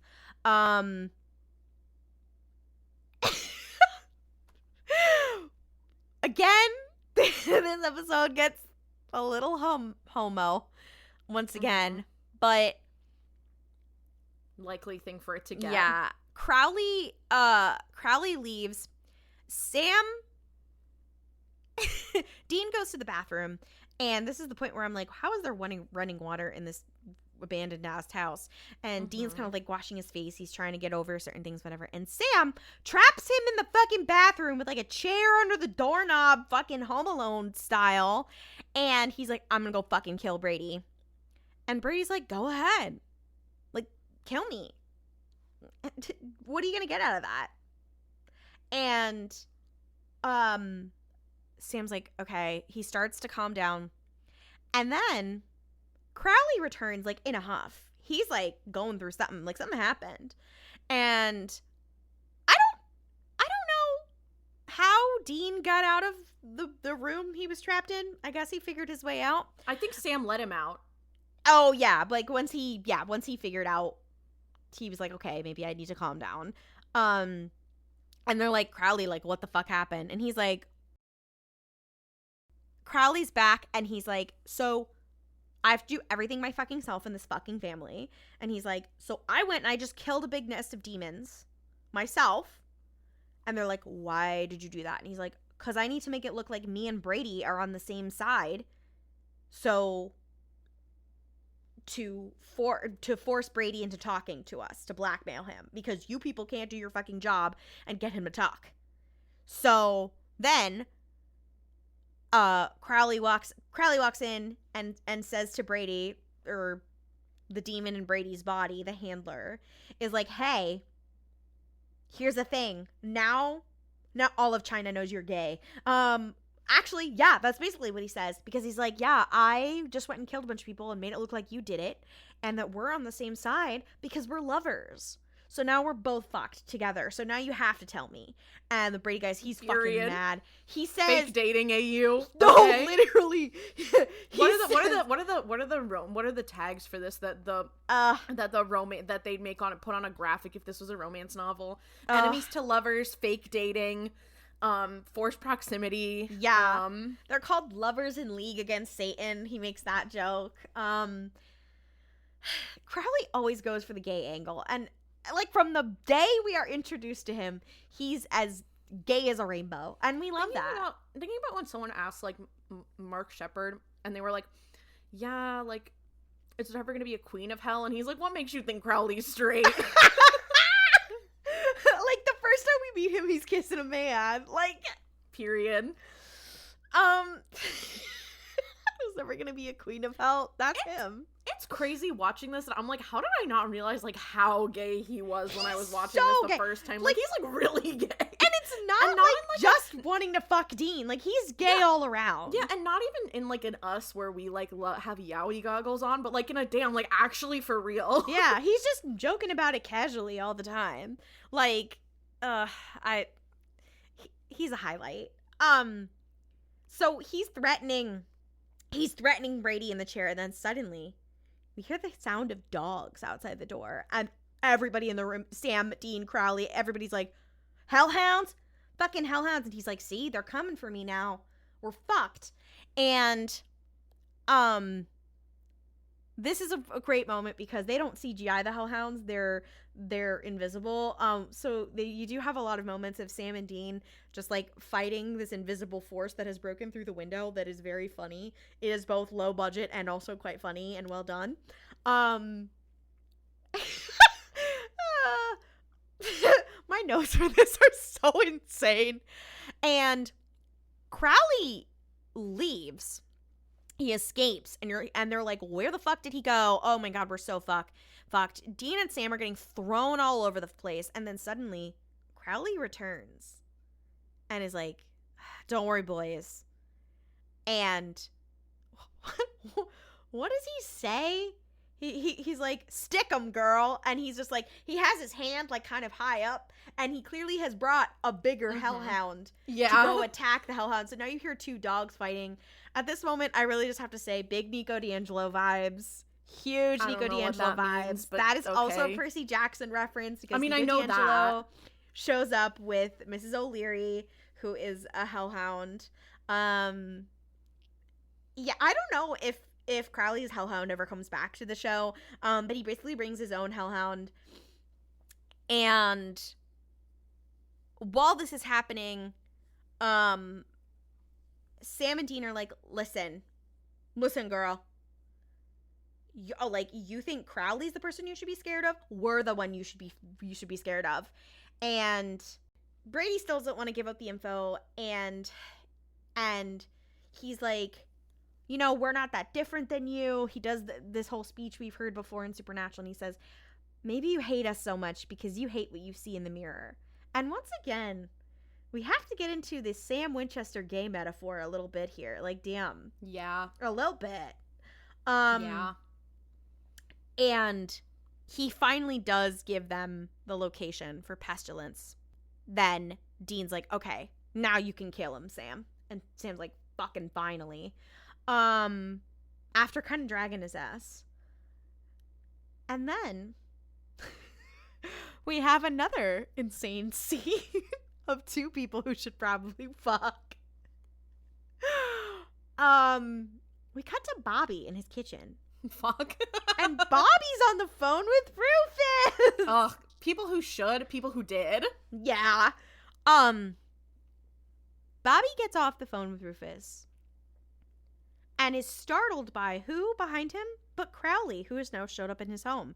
Which I'm like, how is that possible? I know Bobby's got that house warded against demons. Mm-hmm. How did Crowley show up in that house? That doesn't make any sense, but okay. That's because they fucked before. But you know,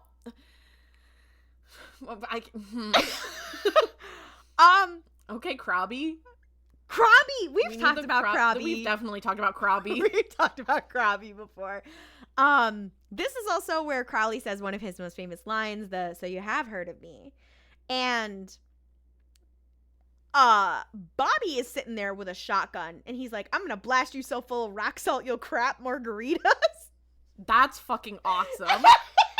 Bobby, you are the fucking funniest bitch. You know what? And you know what? We seriously, I'm not joking. That's why we need Ben Edlund to write every Supernatural episode. No, literally. Also, this is where Claire was sitting in the room with me watching this episode, and this is where Crowley makes a joke about how his vessel is a New York literary agent. Yeah. Oh my god, yes. I remember that, where Crowley's like, yeah, he reveals that his vessel was a semi-successful New York literary agent. I was like, oh my god, I know someone who's like that. I started laughing so hard I had to pause it. I'm like, what kind of books do we think he was acquiring? Like, who was he representing? Is he British? He is British. Well, I mean, we don't know if he's British. The vessel. Do we think Crowley's British, or we do know British? Well, actually, technically, Crowley's Irish. Yeah. So this gets really confusing in the Crowley lore. Did he? Guys, can we get a Crowley lore master up in here? So the reason that he's there is that he's like, hey, Bobby, I can help you find the last one, and that would be death. But I need one thing from you. And Bobby's like, why? But I trust you. And he's like, we got to do a deal, and the price for that is your soul, and that's how we're gonna get death here. And then the episode ends, and you're like, what the fuck? What the fuck? This episode goes from half-baked statements about vaccines making people insane and being used as a tool, like injecting microchips that give you autism, aka attacking people like a zombie, to Crowley just wants to fuck everybody he sees. It's all over the place. Like, God forbid a demon be a bit of a whore. Yeah. Well, we already met the whore. The whore of Babylon. Well, he's carrying on. You know, she may have been the whore, but he's the slut. Yeah. This is nothing. That joke wasn't funny. I think it was funny. It's what you just say that. No, you know, it's kind of like the Father, the Son, the Holy Spirit, and I feel like the whore of Babylon is like the Father. Yeah. Maybe she's the Holy Spirit. And then this is nothing. Again, you know what? It's fine. Let's move on. Yeah. Also, one thing, the big thing that I left out was that the virus that's going around, that they're basically, they're marketing this vaccine as like a cure for swine flu, but really they're giving people a virus. It's the fucking Croatoan virus from earlier seasons. Is it crazy how unclear that is in the episode? Because I didn't clock that at all. They mention it like once, and then also they mention the Croatoan virus in like the previously on. Fuck. Guys, I'm sorry this episode was such a mess. Neither of us have had a good week. And not even having a good week, and we hate both of these episodes. No, really.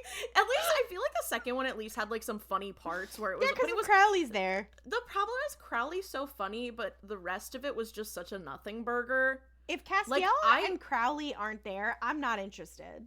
But even so, like, there are good episodes that are about the boys or about Bobby, whatever, but, like, even in this episode, I was like, I'm just, like, locked out. Like, Yeah. Excuse me.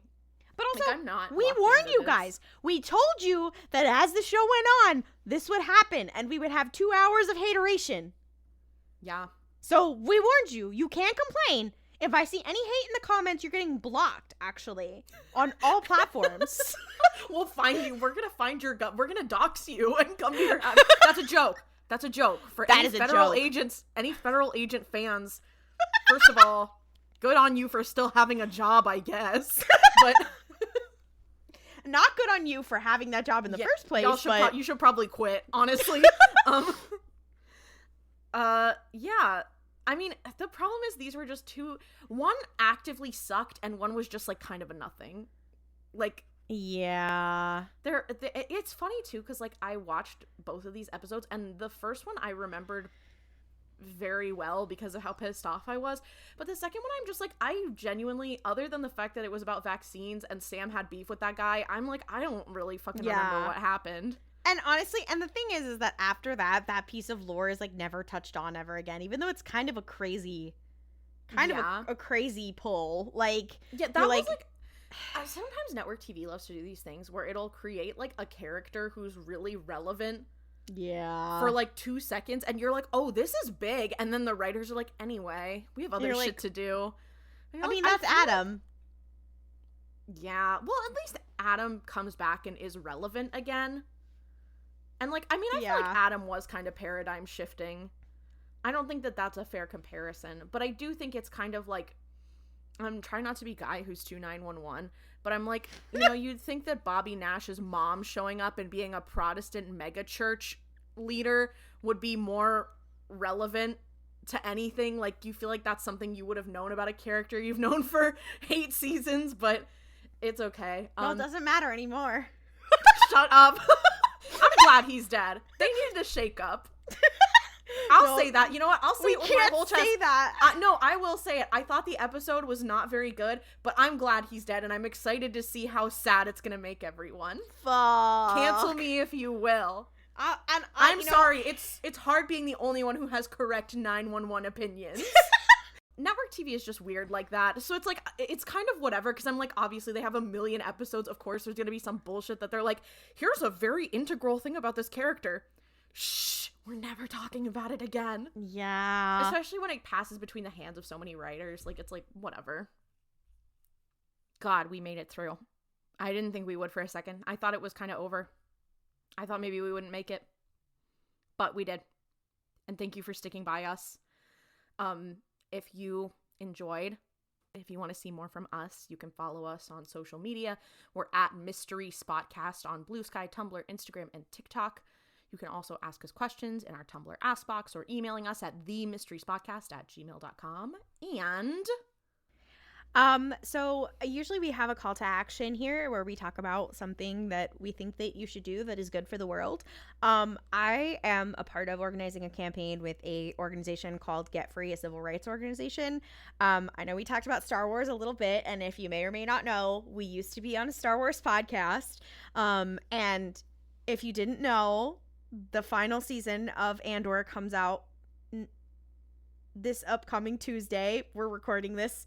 I guess it'll be coming out. It'll probably already be out by the time it'll be this out by the episode time comes you out. listen to this. Yes. But so the campaign I'm working on is called Project Fulcrum, and it's basically trying to connect people with the real life history and theory behind what happens in Andor, and say, hey, we talk about how Star Wars is about anti-fascist rebellion.